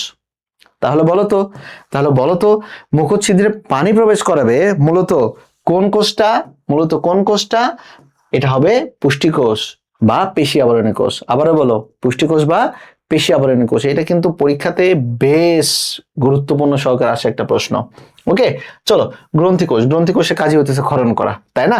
এগুলো কোথায় বেশি থাকবে আর কি, দেখো, মুখদেহ মানে মূলদেহ এবং হাইপোস্ট্রমে, পদতলে কম, আর কোষিকায় অনুপস্থিত। খুবই ইম্পর্টেন্ট। কোষিকাতে কোনো গ্রন্থিকোষ থাকে না। বাচ্চারা বলো, কোষিকাতে কি থাকে না? কোনো গ্রন্থিকোষ থাকে না। চলো আসি এরপরে। দেখো, এই গ্রন্থিকোষ আবার 2 ধরনের। একটা হচ্ছে মিউকাস ক্ষরণকারী, আর একটা এনজাইম ক্ষরণকারী। আবার বললাম, কি? মিউকাস ক্ষরণকারী, এনজাইম ক্ষরণকারী। বাচ্চারা এখানে একটা পার্থক্য আছে, মনোযোগ দাও। এই গ্রন্থিকোষ, আমি যদি তোমাদের একটু উপরে দিকে দেখাই, গ্রন্থিকোষ, তাই না?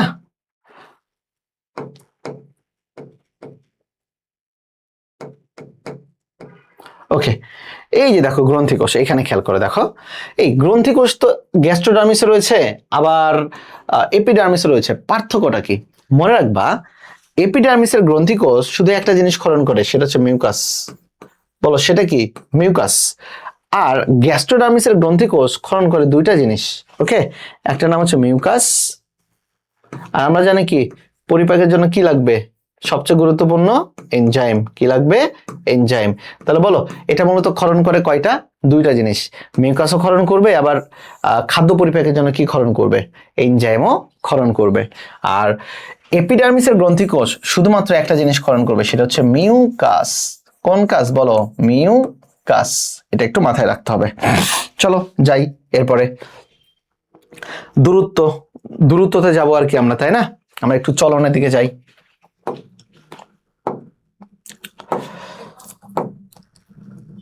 চলন,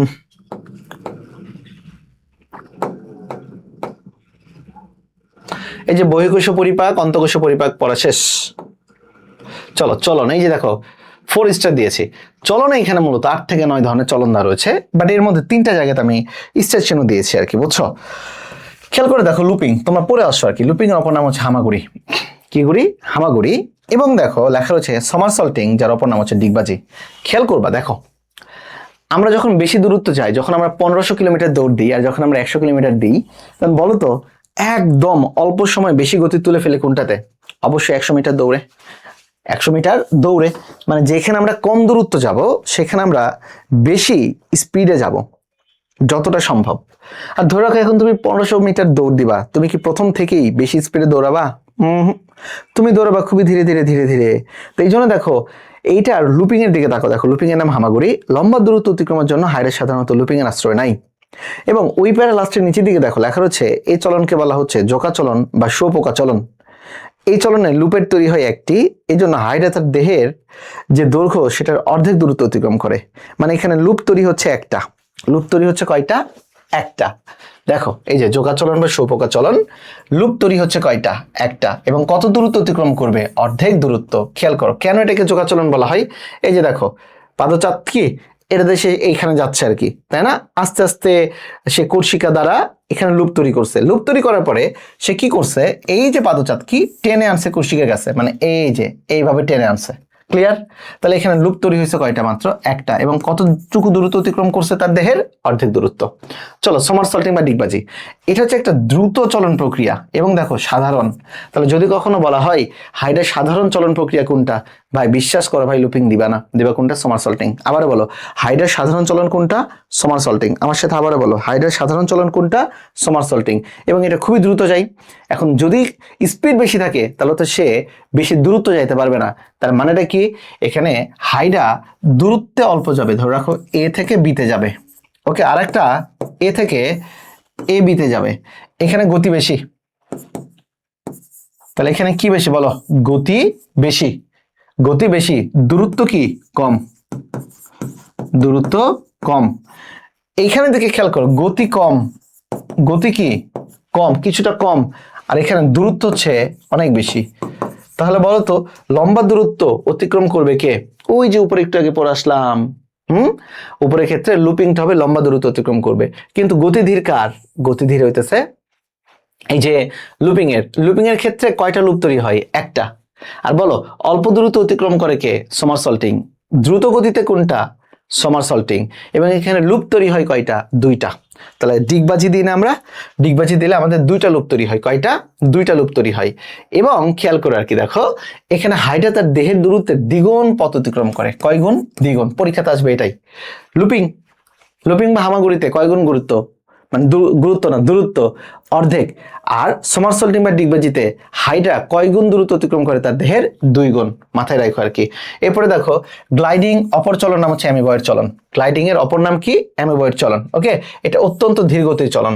চলো আসি ভাষা বা ফ্লোটিং। ভাষা বা ফ্লোটিং এর জন্য এটা তৈরি করে বুদবুদ। বলো বুদবুদ তৈরি হয় কোথায়? পাদচাকতিতে। কোথায় হয় বলো তো? পাদচাকতিতে। চলো আসো সাঁতার বা সুইমিং, লাগে না। হেচ রান, ইংরেজিটা দরকার। আমার সাথে সাথে বলো, ওই যে আর্মি ট্রেনিং এরকম আমরা ক্রলিং করে করে যায় না, তাহলে বলো হেচ রানের ইংরেজি কি? ক্রলিং। হেচ রানের ইংরেজি কি? ক্রলিং। আমার সাথে বলো। এবং এই ক্রলিং এর মাধ্যমে এটা দুইটা কাজ করে, গাছে ওঠে আর গাছে নামে। তার মানে আরোহণ এবং অবরোহণ। আবারও বলো কি কি? আরোহণ এবং অবরোহণে কোন প্রক্রিয়া ফলো করা হচ্ছে বলো তো? H run. হেচ রানের ইংরেজিটা কি? ক্রলিং। এরপরে দেখো হাঁটা, দেহের সংকোচন প্রসারণ আর ডুবা। মনে করো হাইডা অনেক সেন্টি একটা হাইডা, মনে করো দুঃখ কষ্ট হইলে ও মনে আমি পানিতে ডুব দিয়ে মরে যাব, কিন্তু হাইডা থাকেই সারা জীবন পানিতে, ও আবার নাকি ডুবে মরে যাবে। তো যাই হোক, হাইডা আরো নিচের দিকে চলে যায়, এগুলো জাস্ট একটু দেখলেই হবে। বাট যদি কখনো প্রশ্ন আসে হাইডার অনিচ্ছাকৃত চলন কোনটা, তাহলে রাইট অ্যান্সারটা দিবা ড্রাউনিং বা ডুবা। তাহলে একমাত্র লাইন আছে, দেখো হাইডার অনিচ্ছাকৃত চলন কোনটা? ড্রাউনিং বা কি? ডোবা। ড্রাউনিং বা কি? ডোবা। ডুবে যাওয়া আর কি। হইছে? আমাদের হইছে, মোটামুটি পড়া কমপ্লিট। তাহলে বলো লম্বা দূরত্ব অতিক্রম করবে কোনটা? বেশি দূর যাবে, তাহলে অবশ্যই সেটা হইতে হবে কি? লুপিং। কি হইতে হবে রে ভাই? লুপিং। না, লুপিং এর অপর নামটা কি বলো? লুপিং এর অপর নামটা কি? হামাগুড়ি, তাই না? আচ্ছা চলো এরপরের দিকে আমরা একটু চলে যাই, দেখি। হাইডার দেহের ভার কর্ষিকার উপর স্থাপন করে কর্ষিকাকে পায়ের মতো ব্যবহার করে চলাকে কি বলে? তার মানেটা কি? এটা হইতেছে তার পা, আর এটা হইতেছে তার কর্ষিকা। এটা হইতেছে তার কর্ষিকা। এটা ধরে সে সামনের দিকে অগ্রসর হবে। তাহলে এটাকে কি বলা হবে বলতো? এই যে দেখো পায়ের মতো করে হেঁটে হেঁটে হেঁটে হেঁটে যাচ্ছে না, তার মানে এটাকে বলা হবে হাঁটা। এটাকে বলা হবে কি? হাঁটা। হামাগুড়ি তো এই যে দেখো এরকম করে একটা লুপ তৈরি করবে। ক্লিয়ার? আর যদি কখনো তো মানুষের সোমারসল্টিং, তাহলে লুপ তৈরি হবে কয়টা? লুপ তৈরি হবে দুইটা। এখানে তৈরি হবে কয়টা? একটা। গ্লাইডিং চলনের অপর নাম হচ্ছে কি চলন? অ্যামিবয়েড। আমার সাথে সাথে বলো, অ্যামিবয়েড চলন। তাহলে বলো কোন চলন রে বাবা? অ্যামিবয়েড চলন। অ্যামিবয়েড চলন। ওকে, আচ্ছা চলো এরপরে দেখে আমরা একটু যাই আর কি, দেখি। কর্ষিকার উপরে ভর দিয়ে হাঁটা। চলে যাই এরপরে, দেখো হাইডা কোন ধরনের চলনকে জোকা চলন বলে? একটু আগে আমরা পড়ে ফেলছি জোকা চলন। জোকা চলন মানেটা কি? লুপিং। ওকে, চলো এরপরে দেখে আমরা একটু যাই। 23 নাম্বার, হাইডা তার দেহের অর্ধেক দূরত্ব অতিক্রম করে। অর্ধেক। দেখো একই জিনিস দেখছো একটা কনসেপ্ট থেকে, সেটাও কি? লুপিং। এটাও কি? লুপিং বা হামাগুড়ি। চলো এরপর দিকে আমরা চলে যাই, দেখি 24 নাম্বার, কোন ক্ষেত্রে হাইডা উল্টা ভাবে ধীর গতিতে চলন সম্পন্ন করে? কোন গতি? উল্টা ভাবে। একটু আগে চিন্তা করছো, উল্টা মানে কি? হাইডার পা হইতেছে উপরে আর হাইডার কর্ষিকা হইতেছে কোথায়? নিচে। সরি। ওকে, নিচে উল্টা ভাবে ধীর গতিতে চলে আর কি।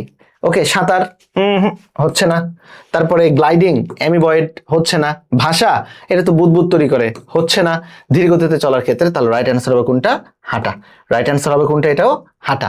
চলো, হাইডার আরোহণ এবং অবরোহণ কোন পদ্ধতিতে হয় একটু আগে আমি বলছি। বলো, আরোহণ অবরোহণ কোন পদ্ধতিতে হয়? ড্রাউনিং? ড্রাউনিং মানে ডোবা। ড্রাউনিং হচ্ছে অনিচ্ছাকৃত, অনিচ্ছা অনিচ্ছাকৃত চলন হচ্ছে কোনটা? বলো, ড্রাউনিং। রাইট। ওয়াকিং, হাঁটা, উল্টা দিকে হাঁটে। ওয়াকিং করা মানে তার উল্টা দিকে হাঁটে, পা উপরে।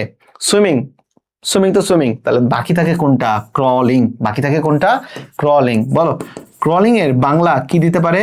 হেচ রান দিতে পারে। বাচ্চারা বলো, ক্রলিং এর বাংলা কি দিতে পারে? হেচ রান দিতে পারে। হেচ রান মাথায় যেতে থাকে। তাহলে রাইট অ্যান্সার দেখি কে উত্তর দেয়। 25-এর উত্তর হচ্ছে 4। 25-এর উত্তর হচ্ছে 4। 23-এর তাওহি উত্তর দিচ্ছে। Very good. রূপকথা রাজকন্যা বিশেরে আজকে তাওহি পুরোটা ক্লাস করতেছে। থ্যাংক ইউ তাওহি, তোমার জন্য অনেক শুভকামনা থাকলো। কামরুন নাহার উত্তর দিয়েছে D. Very good, very good, very good. Right answer হবে ডি। ইয়েস, রাইট অ্যান্সার হবে মূলত কি? D, crawling. এই তো মজা হয়ে গেছে আর কি এটাতে। চলে যাই। নিচের কোনটি হাইডার উত্তেজিতা নয়? এই যে চমৎকার একটা প্রশ্ন, বুঝছো? এই প্রশ্নগুলো আমি নিজে নিজে একটু চমৎকার ভাবে ঘেটে ঘেটে বানাই দিচ্ছি আর কি, যাতে বইটা পড়ো। উত্তেজিতা নয়, উত্তেজিতা মানে এক্সাইটেবিলিটি। ওকে, হাইডার উত্তেজিতা নয় নিচের কোনটা? চলো, আমরা হাইডার উত্তেজিতা নয় নিচের কোনটা আমরা একটু একটু দেখে ফেলি আর কি। ওকে, নিচের দিকে আছে।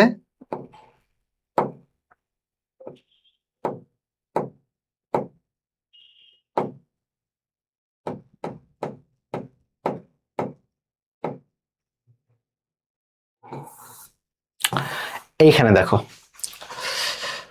এক্সাইটেবিলিটি বলি বা ইরিটেবিলিটি বলি, কোনটা হাইডার বডিকে প্রভাবিত করতে পারে? দেখো কয়েকটা জিনিস, 5টা জিনিসের মতো।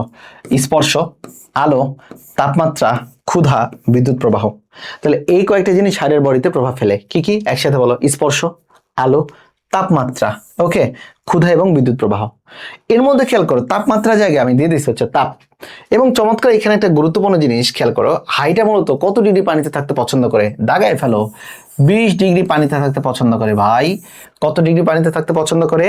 20 ডিগ্রি। কত ডিগ্রি? 20 ডিগ্রি। চলো উত্তরটা দেখি। হাইডার উত্তেজিতা নয় কোনটা? স্পর্শ উত্তেজিতা, আলো উত্তেজিতা, বিদ্যুৎ প্রবাহ উত্তেজিতা। তাহলে তাপ, এটা হবে উত্তেজিতা নয়। রাইট অ্যান্সার হতো তাপমাত্রা। এখন আসো, হাইডার হাইডার ক্ষেত্রে একটা জিনিসের ক্ষেত্রে খেয়াল করো, হাইডার কত ডিগ্রি সেলসিয়াস তাপমাত্রায় থাকতে বসবাস করতে ভালোবাসে? 20 ডিগ্রি সেলসিয়াস তাপমাত্রা এই বেটা থাকতে ভালোবাসে।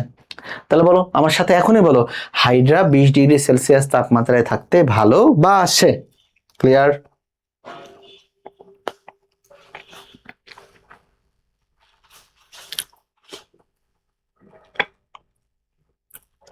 ওকে, হ্যাঁ, ওয়াসিফ ইসলাম সাহেব 26 SC. Very good, 26 SC. Tawhi উত্তর দিয়েছে 26 এসসি। গুড। চলো আমরা এখন 27 নম্বরে যাই। হাইডার যৌন প্রজনন ঘটে কখন? হাইডার যৌন প্রজনন ঘটে কখন? এইখানে একটা মোটামুটি বেশ চমৎকার একটা তোমাদের দেওয়া হয়েছে, দেখি এটা উত্তরটা কে দেয়। হাইডার যৌন প্রজনন ঘটে কোথায়? দেখা যাক, করো দেখি, উত্তর করো। যে কয়েকজন রয়েছে সবাই একটু উত্তরটা করে দেখি। ফার্স্ট করো দেখি সময়কালটা। সময়কাল নিয়ে আমাকে একটু উত্তরটা দাও দেখি, বাচ্চারা কি উত্তর দেয় আর কি।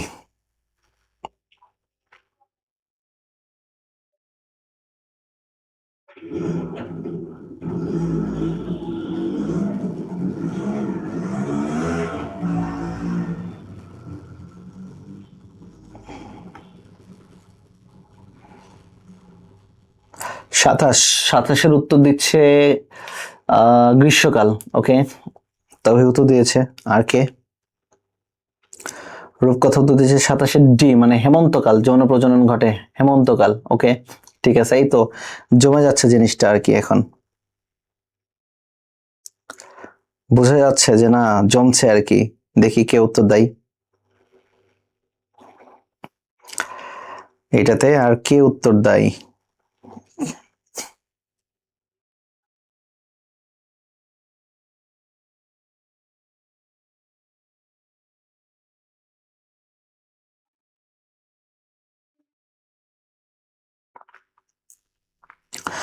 ওকে, সাগর সরকার দিয়েছে 27 এ। চলো একটা খেয়াল করি, দেখো এই প্রশ্নগুলো দেখে মনে হয় সহজ, বাট সত্যি কথা উত্তর করা বেশ টাফ।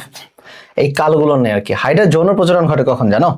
হাইড্রার যৌন প্রজনন ঘটার সময়কালটা হচ্ছে মূলত শীতকাল। এটাই হইতেছে বেশ অ্যাটিপিক্যাল একটা জিনিস। গ্রীষ্মকালের ক্ষেত্রে ওরা মূলত অনেক বেশি খাবার পায়, বুঝছো? গ্রীষ্মকালের ক্ষেত্রে মূলত হয় কি তৈরি হয়? মুকুল তৈরি হয়। কোন তৈরি হয় বলতো? তাহলে যদি কখনো বলা হয় মুকুল উদ্গম হয় কোন কালে? গ্রীষ্মকালে। মুকুল উদ্গম হয় কোন কালে বলতো? গ্রীষ্মকালে। হাইড্রার জনন শুরু হয় কখন? শীতকালে। এখন একটা চলে আসো, হেমন্তকাল নিয়ে একটা কথা রয়েছে। এই হেমন্তকালে মূলত তৈরি হয় হাইড্রুলা। আমি দেখাবো আর কি তোমাদের। হাইড্রুলা অর্থাৎ হাইড্রা হাইড্রা তার মূলত যার প্রতিকূল পরিবেশ পাড়ি দেওয়ার জন্য তার দেহের বাইরের দিকে একটা এক্সট্রা আবরণ তৈরি করে, যার নাম হচ্ছে সিস্ট আবরণ। এই সিস্ট আবরণটা ভেঙে নতুন হাইড্রুলা মানে হাইড্রার বাচ্চা বের হবে কোন কালে? বসন্তকালে। তাদের জনন শুরু হবে কখন? যৌন জনন শুরু হবে কখন? শীতকালে। মুকুল উদ্গম কিন্তু অযৌন জনন শুরু হয় মূলত কখন? গ্রীষ্মকালে, যখন খাবার থাকে। জনন মানে যৌন জনন শীতকালে শুরু হইলেও শীতকালে এরা আড়মোড়া ভেঙে থাকে, টোটাল আড়মোড়া দিয়ে থাকে। আড়মোড়া ভাঙে না, তারা আড়মোড়া দিয়ে থাকে।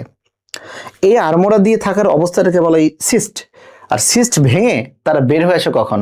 যখন দেখে কিরে ভাই চারিদিকে এই যে বসন্ত এসে গেছে, বসন্ত এসে গেছে, শীত শেষ বসন্ত চলে আসছে, ফুরফুরে মেজাজ, হাইড্রাও বের হয় এই সময়। তাহলে বসন্তকালে, ওই হেমন্তকাল বলতেছি কেন আর কি, এটাতে হেমন্তকাল না, এটা হচ্ছে বসন্তকাল হবে। আমি মনে হয় এখানে হেমন্তকালকে বসন্তকাল ধরে ফেলছি আর কি।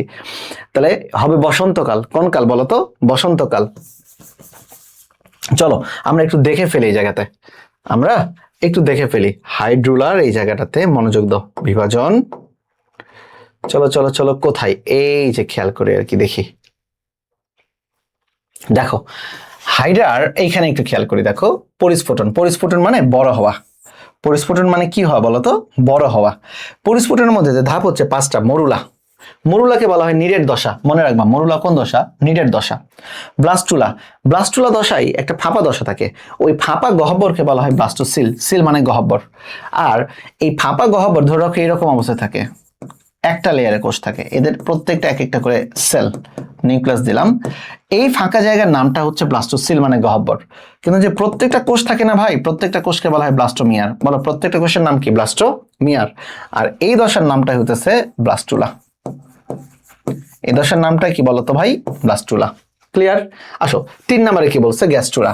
ভাই গ্যাস্ট্রুলাতে কি হয় জানো ভাই? গ্যাস্ট্রুলাতে মূলত অর্গানোজেনেসিস মানে নতুন অর্গান তৈরি হয় আর কি। ওকে, এবং চলে আসি, দেখো এরপর আসে সিস্ট। সিস্ট মানে কি বলছি? মানে হাইড্রা যখন তার প্রতিকূল পরিবেশ থাকে তখন তার দেহের বাইরের দিকে একটা এক্সট্রা আবরণ তৈরি করে ফেলে, এটাকে বলা হয় সিস্ট আবরণ। সিস্ট তৈরি হইতেছে মূলত কাইটিন দ্বারা। কি দ্বারা? কাইটিন মানে কঠিন, কাইটিন মানে কি? কঠিন।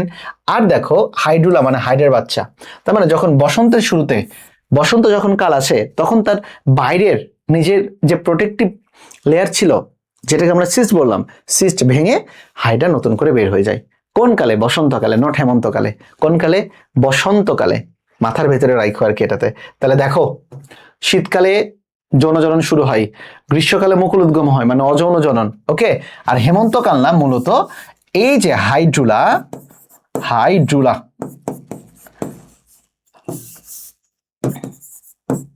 হাইড্রুলা, তাই না?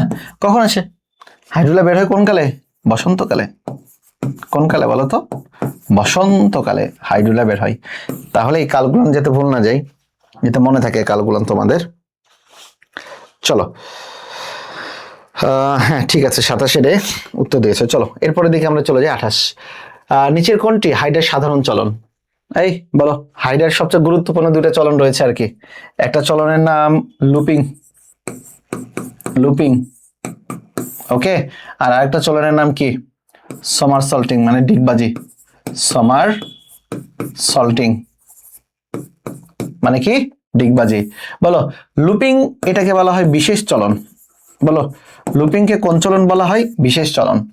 সমারসল্টিং বা ডিগবাজিকে কি চলন বলা হয়? সাধারণ চলন। কোন চলন? সাধারণ চলন। 2 নম্বরের দিকে আসে আর কি এটাতে। ওকে, এইখানে লুপ তৈরি হবে কতটি তোমরা জানো? লুপ তৈরি হবে 1টি। আর সমারসল্টিং এর লুপ তৈরি হবে কতটি বলো? তোমরা তো জানো 2টি। এখানে দূরত্ব অতিক্রম করবে কত? অর্ধেক, হাইডার দেহের অর্ধেক দূরত্ব। আর এইখানে দূরত্ব অতিক্রম করবে হাইডার দেহের কয় গুণ? 2x, দ্বিগুণ দূরত্ব অতিক্রম করবে। ওকে, আবার দেখো লুপিংটা কিন্তু ধীর গতির, মানে ধীরে ধীরে যায়, আর এটা হইতেছে দ্রুত গতির। কিন্তু কিন্তু লুপিং যেহেতু ধীর গতির, তার মানে সে লম্বা দূরত্ব অতিক্রম করবে, মানে বেশি দূরত্ব। কোন দূরত্ব? বেশি দূরত্ব। আর সমারসল্টিং যেহেতু দ্রুত যায়, অল্পতে ক্লান্ত হয়ে যাবে, মানে কি অল্প দূরত্ব যাবে, অল্প দূরত্ব যাবে সমারসল্টিং। মনে জানা থাকে ভাই, তাহলেই হবে 28-এর উত্তরে। হ্যাঁ, ভেরি গুড, ডিগবাজি। ওই মানে ওই যে সমারসল্টিং মানে ডিগবাজি। ওকে, চলো, হাইডার এপিডার্মিস এবং গ্যাস্ট্রোডার্মিসের মাঝখানে কি থাকে? অলরেডি বানানো কমপ্লিট। আমরা জানি মেসোগ্লিয়া। কই গেল রে ভাই মেসোগ্লিয়া? মেসোগ্লিয়া থাকে। একটা জিনিস মনে রাখো, মেসোগ্লিয়ার পুরুত্ব আমি আবারও বলে দিলাম, অলরেডি পড়াইছি। মেসোগ্লিয়ার পুরুত্ব 0.1 মাইক্রোমিটার। আবারও বলো, মেসোগ্লিয়ার পুরুত্ব কত? 0. আমার সাথে বলো, 0.1 মাইক্রোমিটার। আমার সাথে সাথে উচ্চারণ করলে বিশ্বাস করো তোমার ব্রেনে রেজোনেন্স হয়ে যাবে, রেজোনেন্স আসবে, তোমার ব্রেনের শব্দগুলো বারে বারে বাজতে থাকবে। এভাবেই পড়তে হবে আর কি, কারণ এখন শেষ সময় ভাই, এখন আর কিছু করার নাই তোমাদের হাতে। ডু অর ডাই অবস্থায় এসো, নিজেকে আর ফাঁকিবাজি দিও না। চলো, হাইডাই কোর্সিকা থাকে কয়টা? আমরা খুবই নর্মাল ভাবে জানি হাইডাই কোর্সিকা থাকে 6 থেকে 10টা। হাইডা ভালগারিসের ক্ষেত্রে খুবই নর্মাল একটা প্রশ্ন, এখানে এটাও পরীক্ষাতে আসে, এত সহজ সহজ প্রশ্ন আসে 6 থেকে 10টা। চলো, হাইডার বহিঃকোষ পরিপাক সংঘটিত হয় কোথায়? আজকে যারা প্রথম থেকে ক্লাস করছে তারা তোমরা দেখতে পাইছো যে পরিপাক দুই ধরনের, একটা অন্তঃকোষীয়, একটা বহিঃকোষীয়, তাই না? অন্তঃকোষীয় ছিল কোষের ভেতরে, এবং সেই কোষটার নামটা কি ছিল? ফ্লাজেলীয় নাকি ক্ষণপদীয়? অবশ্যই ক্ষণপদীয়। তাহলে আমার সাথে এখনই বলো, হাইডার অন্তঃকোষীয় পরিপাক সংঘটিত হয় ক্ষণপদীয় কোষে। হাইড্রার অন্তঃকোষীয় পরিপাক সংঘটিত হয় কোন কোষে? ক্ষণপদীয় কোষে। ক্লিয়ার? আর বহিঃকোষীয় পরিপাক সংঘটিত হবে কোথায়? কোষের বাইরে। এখন কোষের বাইরে মানে ফাঁকা জায়গায়, হাইডার বডিতে যে ফাঁকা জায়গা থাকে ওই ফাঁকা জায়গার নাম সিলেন্টেরন বা গ্যাস্ট্রোভাস্কুলার গহ্বর, যার অপর নাম হচ্ছে ব্লাইন্ড স্যাক বা ব্লাইন্ড গাট। তাহলে সিলেন্টেরন বা গ্যাস্ট্রোভাস্কুলার গহ্বর, ব্লাইন্ড স্যাক বা ব্লাইন্ড গাট, ওই একটা ফাঁকা জায়গা। ফাঁকা জায়গা তো কোষ থাকে না, ওই ফাঁকা জায়গাতে মূলত হয় কি জানো? বহিঃকোষীয়। অন্তঃকোষীয় কোষের ভেতরে। কোষের ভেতরে মানে কোন কোষ? ফ্লাজেলীয় কোষ নাকি ক্ষণপদীয় কোষ? রাইট অ্যান্সার ক্ষণপদীয় কোষ। ওকে, চলো, বহিঃকোষীয় পরিপাক কোথায় ঘটে? ক্ষণপদীয় পুষ্টিকোষে? না। ফ্লাজেলীয় পুষ্টিকোষে? না। গ্যাস্ট্রোডার্মিসে? না। তাহলে গহ্বরের নাম কি? সিলেন্টেরন। আর অন্তঃকোষীয় পরিপাক বলে কি হইতো যদি এখানে বলা হইতো অন্তঃকোষীয় পরিপাক? বলো, কোন কোষীয় পরিপাক? অন্তঃকোষীয় পরিপাক। অন্তঃকোষীয় পরিপাক আসলে আসতো ক্ষণপদীয় কোষ। কোন কোষ? ক্ষণপদীয় কোষ।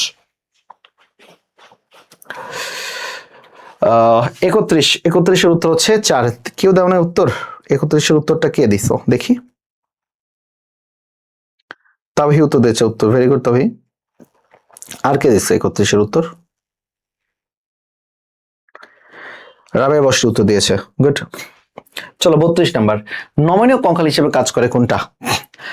তোমাদের আজকে ক্লাসের শুরুতে দাগাই দিছি বই থেকে, নমনীয় কঙ্কাল, যার অপর নাম হচ্ছে ভিত্তি পর্দা। অপর নাম বলা যাবে না, অপর একটা কাজ করে ভিত্তি পর্দা হিসাবে। ক্লিয়ার? নমনীয় কঙ্কাল ভিত্তি পর্দা হিসেবে কাজ করে কোনটা? আমরা সবাই জানি, একটু আগে পড়ছি।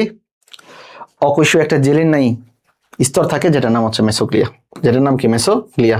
যার পুরুত্ব কত? 0.1 মাইক্রোমিটার। সবাই জানো। তাহলে 32-এর উত্তর হচ্ছে 4। চলো 33-এর দিকে যাই। হাইডার মুকুল তৈরি হয় কখন? একটু আগে আলোচনা করছি, যারা মনোযোগ দিচ্ছে তারা পারবা। কোন কালে বলো? হাইডার মুকুল তৈরি হয় কোন কালে? যদি আমি কালের চিন্তা বলি, তাহলে কাল হবে গ্রীষ্মকাল। কোন কাল? গ্রীষ্মকাল। আর যদি বলা হয় কোন কোষ? কোষ তো আছে একটা, 14 গোষ্ঠী উৎপাদন করবে একটাই কোষ, সেটার নাম কি? Interstitial cell. কোন সেল? Interstitial cell. ক্লিয়ার এতটুকু জিনিস? ওকে, বলো, ইন্টারস্টিশিয়াল সেল কতদিন পর পর পুনরস্থাপিত হয়? 45 দিন পর পর। ওকে, কতদিন পর পর পুরো বডিতে পুনরস্থাপিত হয়? 45 দিন পর পর। এটাও দেখা দিছি। চলো, এরপরে 34 নাম্বার, কোন প্রাণী অযৌন এবং যৌন উভয় ভাবে প্রজনন সম্পন্ন করে? দেখো, অযৌন জনন, অযৌন জননের মধ্যে প্রধানটা হচ্ছে কোনটা জানো? হাইডার মুকুলোদ্গম। মুকুলোদ্গম। তাহলে মুকুল উদ্গম। আর যৌন জননের ক্ষেত্রে যৌন জনন তো শুক্রাণু ডিম্বাণু থাকবে আর কি এটাতে। আর হাইডার আরো একটা অযৌন জনন রয়েছে যার নাম বিভাজন। যার নাম কি? বিভাজন। বাচ্চারা মাথায় রাখো, বিভাজনকে বলা হয় দৈব সংগঠিত কোষ বিভাজন বা প্রজনন। তাহলে বলো তো যে বিভাজন যদি কখনো বলা হয় দৈব সংঘটিত বা অ্যাক্সিডেন্ট বা দৈবক্রমে কোন বিভাজনটা হয়, বা বিভাজন না কোন জননটা হয়, তখন সেটা দেবে বিভাজন। দৈবক্রমে হলে বিভাজন। আর হাইডার প্রধান অযৌন জনন কোনটা? মুকুল উদ্গম। হাইডার অযৌন জনন ইন টোটাল কয়টা? 2 ধরনের, মুকুল উদ্গম আর বিভাজন। দৈবক্রমে কোনটা? বিভাজন। প্রধান কোনটা? মুকুল। আর যৌন জনন তো শুক্রাণু ডিম্বাণু থাকবে, এটা আমি তোমাদেরকে দেখাই দিব শুক্রাণু ডিম্বাণুর বিষয়টা আর কি এটাতে। চলো 35 নাম্বার, কোন রাসায়নিক পদার্থ সমৃদ্ধ প্রাণীকে হাইডা শিকার করে? আজকে লেকচারে শুরুতেই বলে দিছি শিকারের বডিতে খেয়াল করে দেখো, শিকারের বডিতে কি থাকতে হবে? শিকারের বডিতে ফেনল, গ্লুটাথিয়ন, পলিগামা গ্লুটামেট নাকি হিপনোটক্সিন? কোন রাসায়নিক পদার্থ সমৃদ্ধ প্রাণীকে হাইডা শিকার করে? হাইডার যাকে শিকার করে তার বডিতে কি থাকতে হবে? দেখি উত্তরটা কে দেয়। এই উত্তরটা কে দেয়? 34 ওকে, উত্তরটা হবে ফেনল, গ্লুটাথিয়ন, পলিগামা গ্লুটামেট নাকি হিপনোটক্সিন? ফেনল হবে না, হিপনোটক্সিন হবে না, তাহলে বলো গ্লুটাথিয়ন নাকি পলিগামা গ্লুটামেট? এই উত্তরটা কে দেয় সবার আগে? ভেরি গুড, আমাদের কে দিচ্ছে আর কেটাতে? তৌহি উত্তর দিয়েছে, বশ্রী উত্তর দিয়েছে 35। Yes, very good. শিকারের বডিতে থাকতে হবে গ্লুটামেট।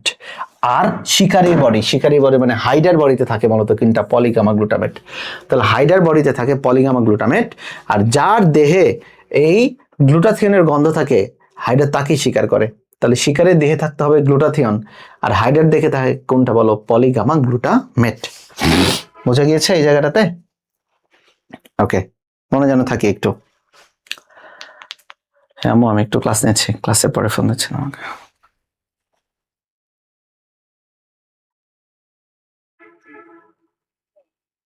আমি একটু ক্লাস নিচ্ছি, ক্লাসের পরে ফোন দিচ্ছি।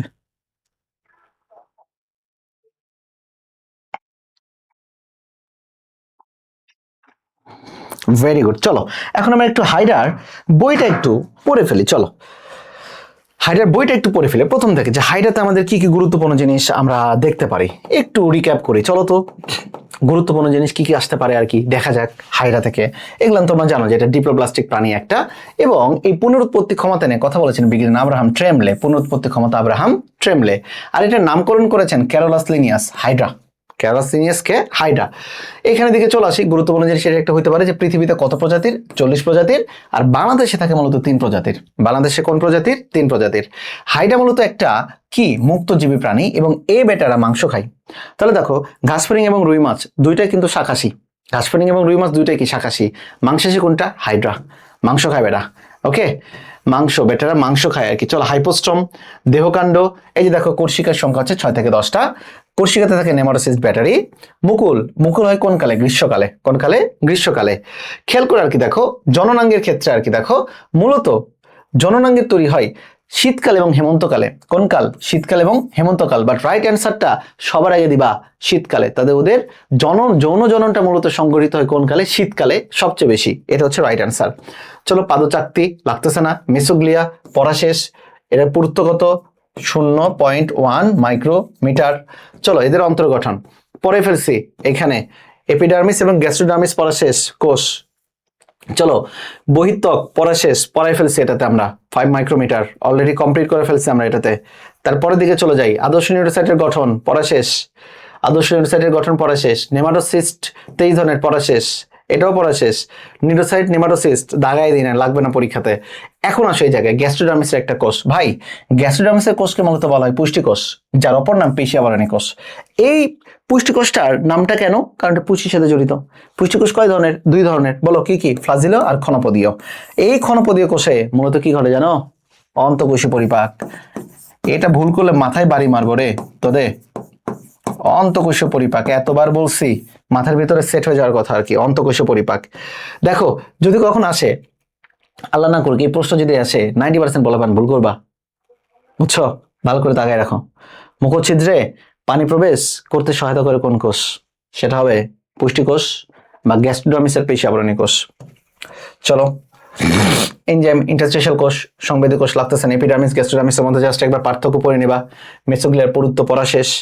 এই যে দেখো মেসোগ্লিয়ার কাজ কি রূপে কাজ করে, নমনীয় কঙ্কাল রূপে কাজ করে, ভিত্তি রূপে কাজ করে। এখন আসো সিলেন্টেরন, মানে হাইডার দেহের ভেতরে যেটা থাকে, পরিপাক সংবহন বা গ্যাস্ট্রোভাস্কুলার ক্যাভিটি। দেখো এই জায়গায় লেখা রয়েছে, দেখো সিলেন্টেরনের মধ্যে হয় বহিঃকোষীয় পরিপাক, ক্ষণপদীয় কোষের মধ্যে হয় অন্তঃকোষীয় পরিপাক।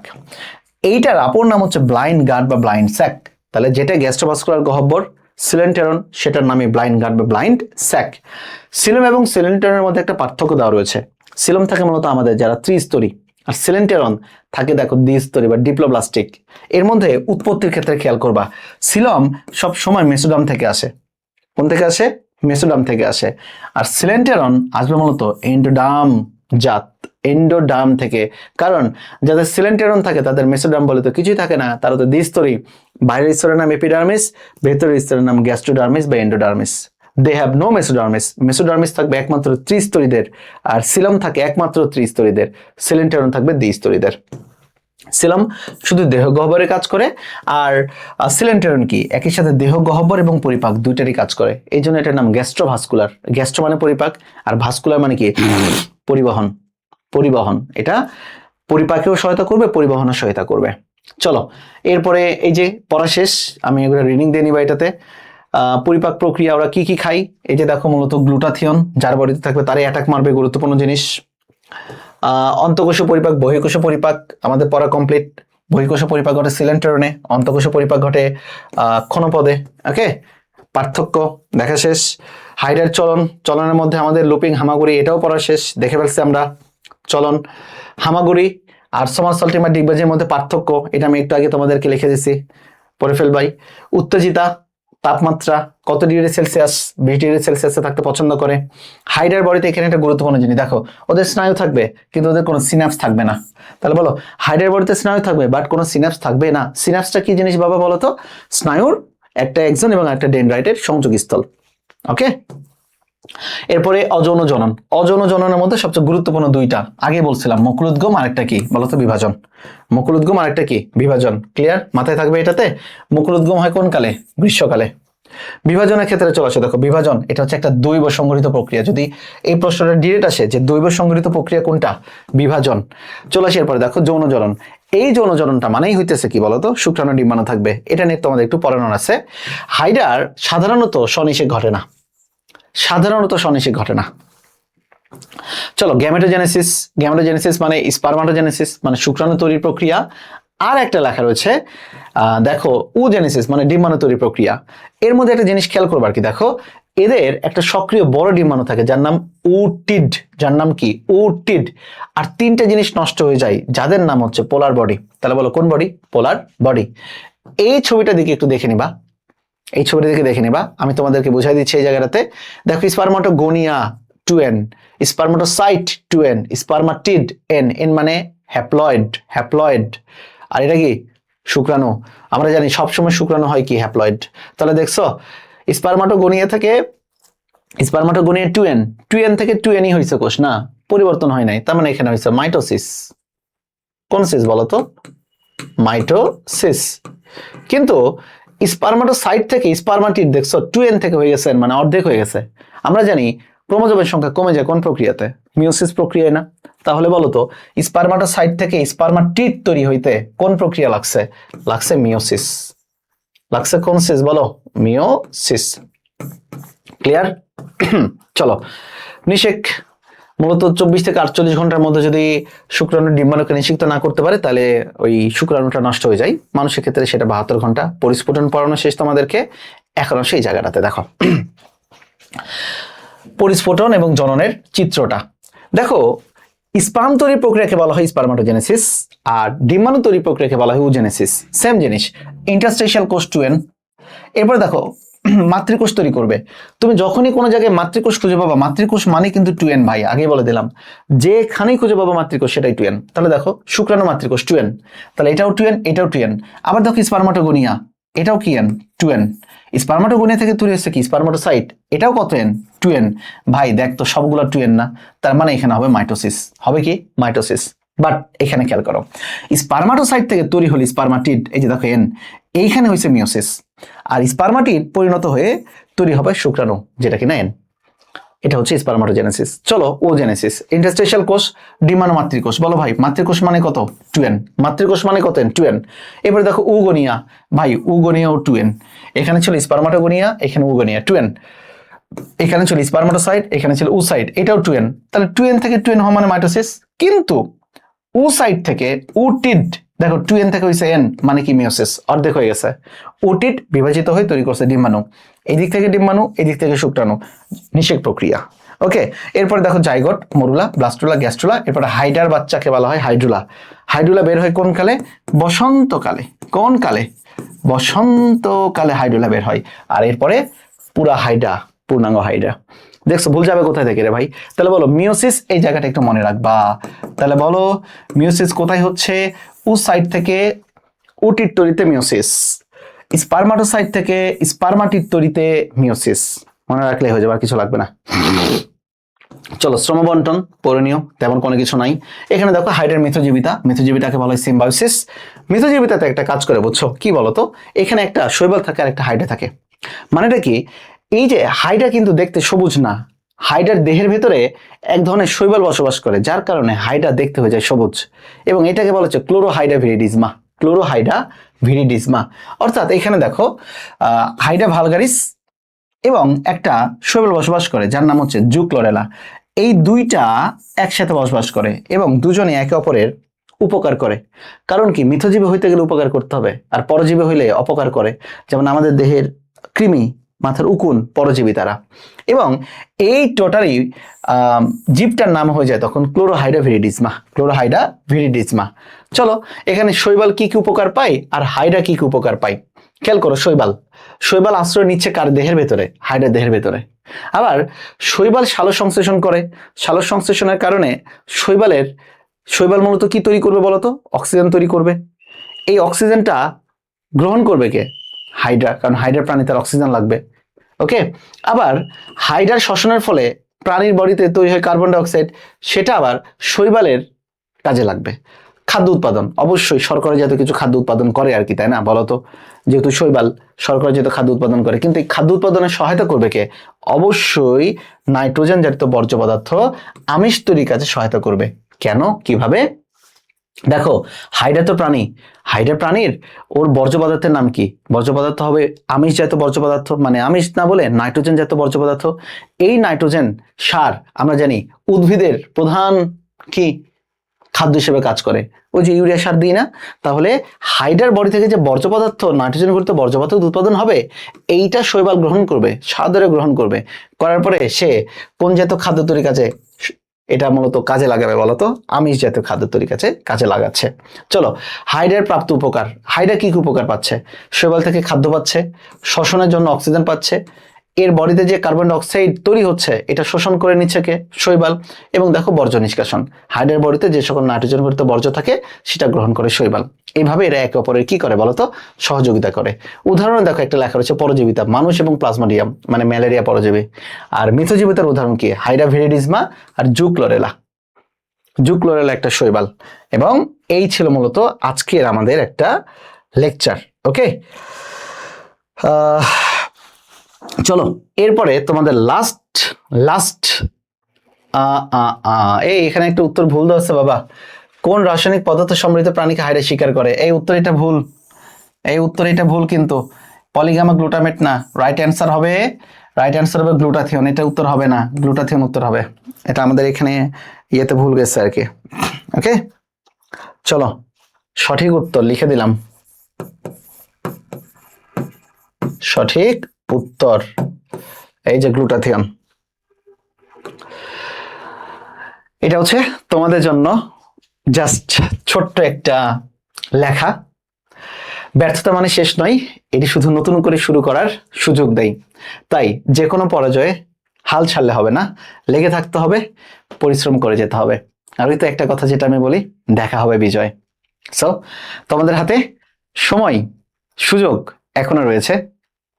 তোমরা যারা জিএসটিতে পরীক্ষা দেবে, আমি জানি তোমাদের মানসিক অবস্থা অনেক বেশি খারাপ। কেন খারাপ এটার প্রসঙ্গে যাচ্ছি না, কিন্তু তোমার হাতে তো একটাই সুযোগ নিজেকে প্রমাণ করার, এবং জিএসটিতে হাজার হাজার শিক্ষার্থী নিজেকে প্রমাণ করতে পারবে। তাই নিজেকে কম মনে করো না, অনেক পরিশ্রম করে তুমি এত দূরে আসো, আর তো কিছু বল, তাই না? খারাপ লাগবে, কষ্ট হবে, কাঁদো, ভেঙে পড়ো না, আমরা আছি তোমাদের সাথে। আজকে দিয়ে তোমাদের জিএসটি বায়োলজির ফ্রি কোর্সের 3টা ক্লাস হয়ে গেল। সামনে নির্বাচনের কারণে ছুটি থাকবে, আমিও থাকবো না আর কি, সবকিছুই বন্ধ থাকবে। আশা রাখি নির্বাচনের পরে তোমাদের অনেক অনেক ক্লাস নিয়ে আমি ফেরত আসবো। তোমাদের খারাপ লাগাগুলোকে জয় করো, ইনশাল্লাহ ভালো কিছু অবশ্যই অবশ্যই সবার জীবনে হবে। আর কষ্ট বাদে তো কারো জীবনে নাই, আমি তুমি কারো জীবনে কষ্ট বাদে কোনো কিছু আসে নাই আর কি। সো ইটস জাস্ট একটা টাইম টেবল, একটু টাইমটা একটু যেতে দাও, সময় সবকিছু সহ্য করে দেবে, বাট নিজেকে কখনো ফাঁকি দিও না। বায়োলজি পারো না, সমস্যা নাই, যতটুকু পড়াচ্ছি কিছু না, ক্লাসটা তো করতে পারবা, এতটুকু করলেই হবে। বুঝতে পারলা? আর তোমাদের কোনো কমেন্টস থাকলে সেটা আমাকে জানাও, ক্লাস কেমন হচ্ছে সেটা আমাকে জানাও, তোমাদের আদৌ উপকার হচ্ছে কিনা। আর তোমাদের সবকিছু আমি দিয়ে দিচ্ছি, আর তোমাদের রেজাল্টটাও আমি কিছুক্ষণ পরে, গতদিনে যে রুই মাছের ছিল আজকে পরীক্ষা হলো, এটা আমি তোমাদেরকে দিয়ে দিব। সো তোমাদের কিছু কমেন্টসের অপেক্ষায় আর কি থাকলাম আমি।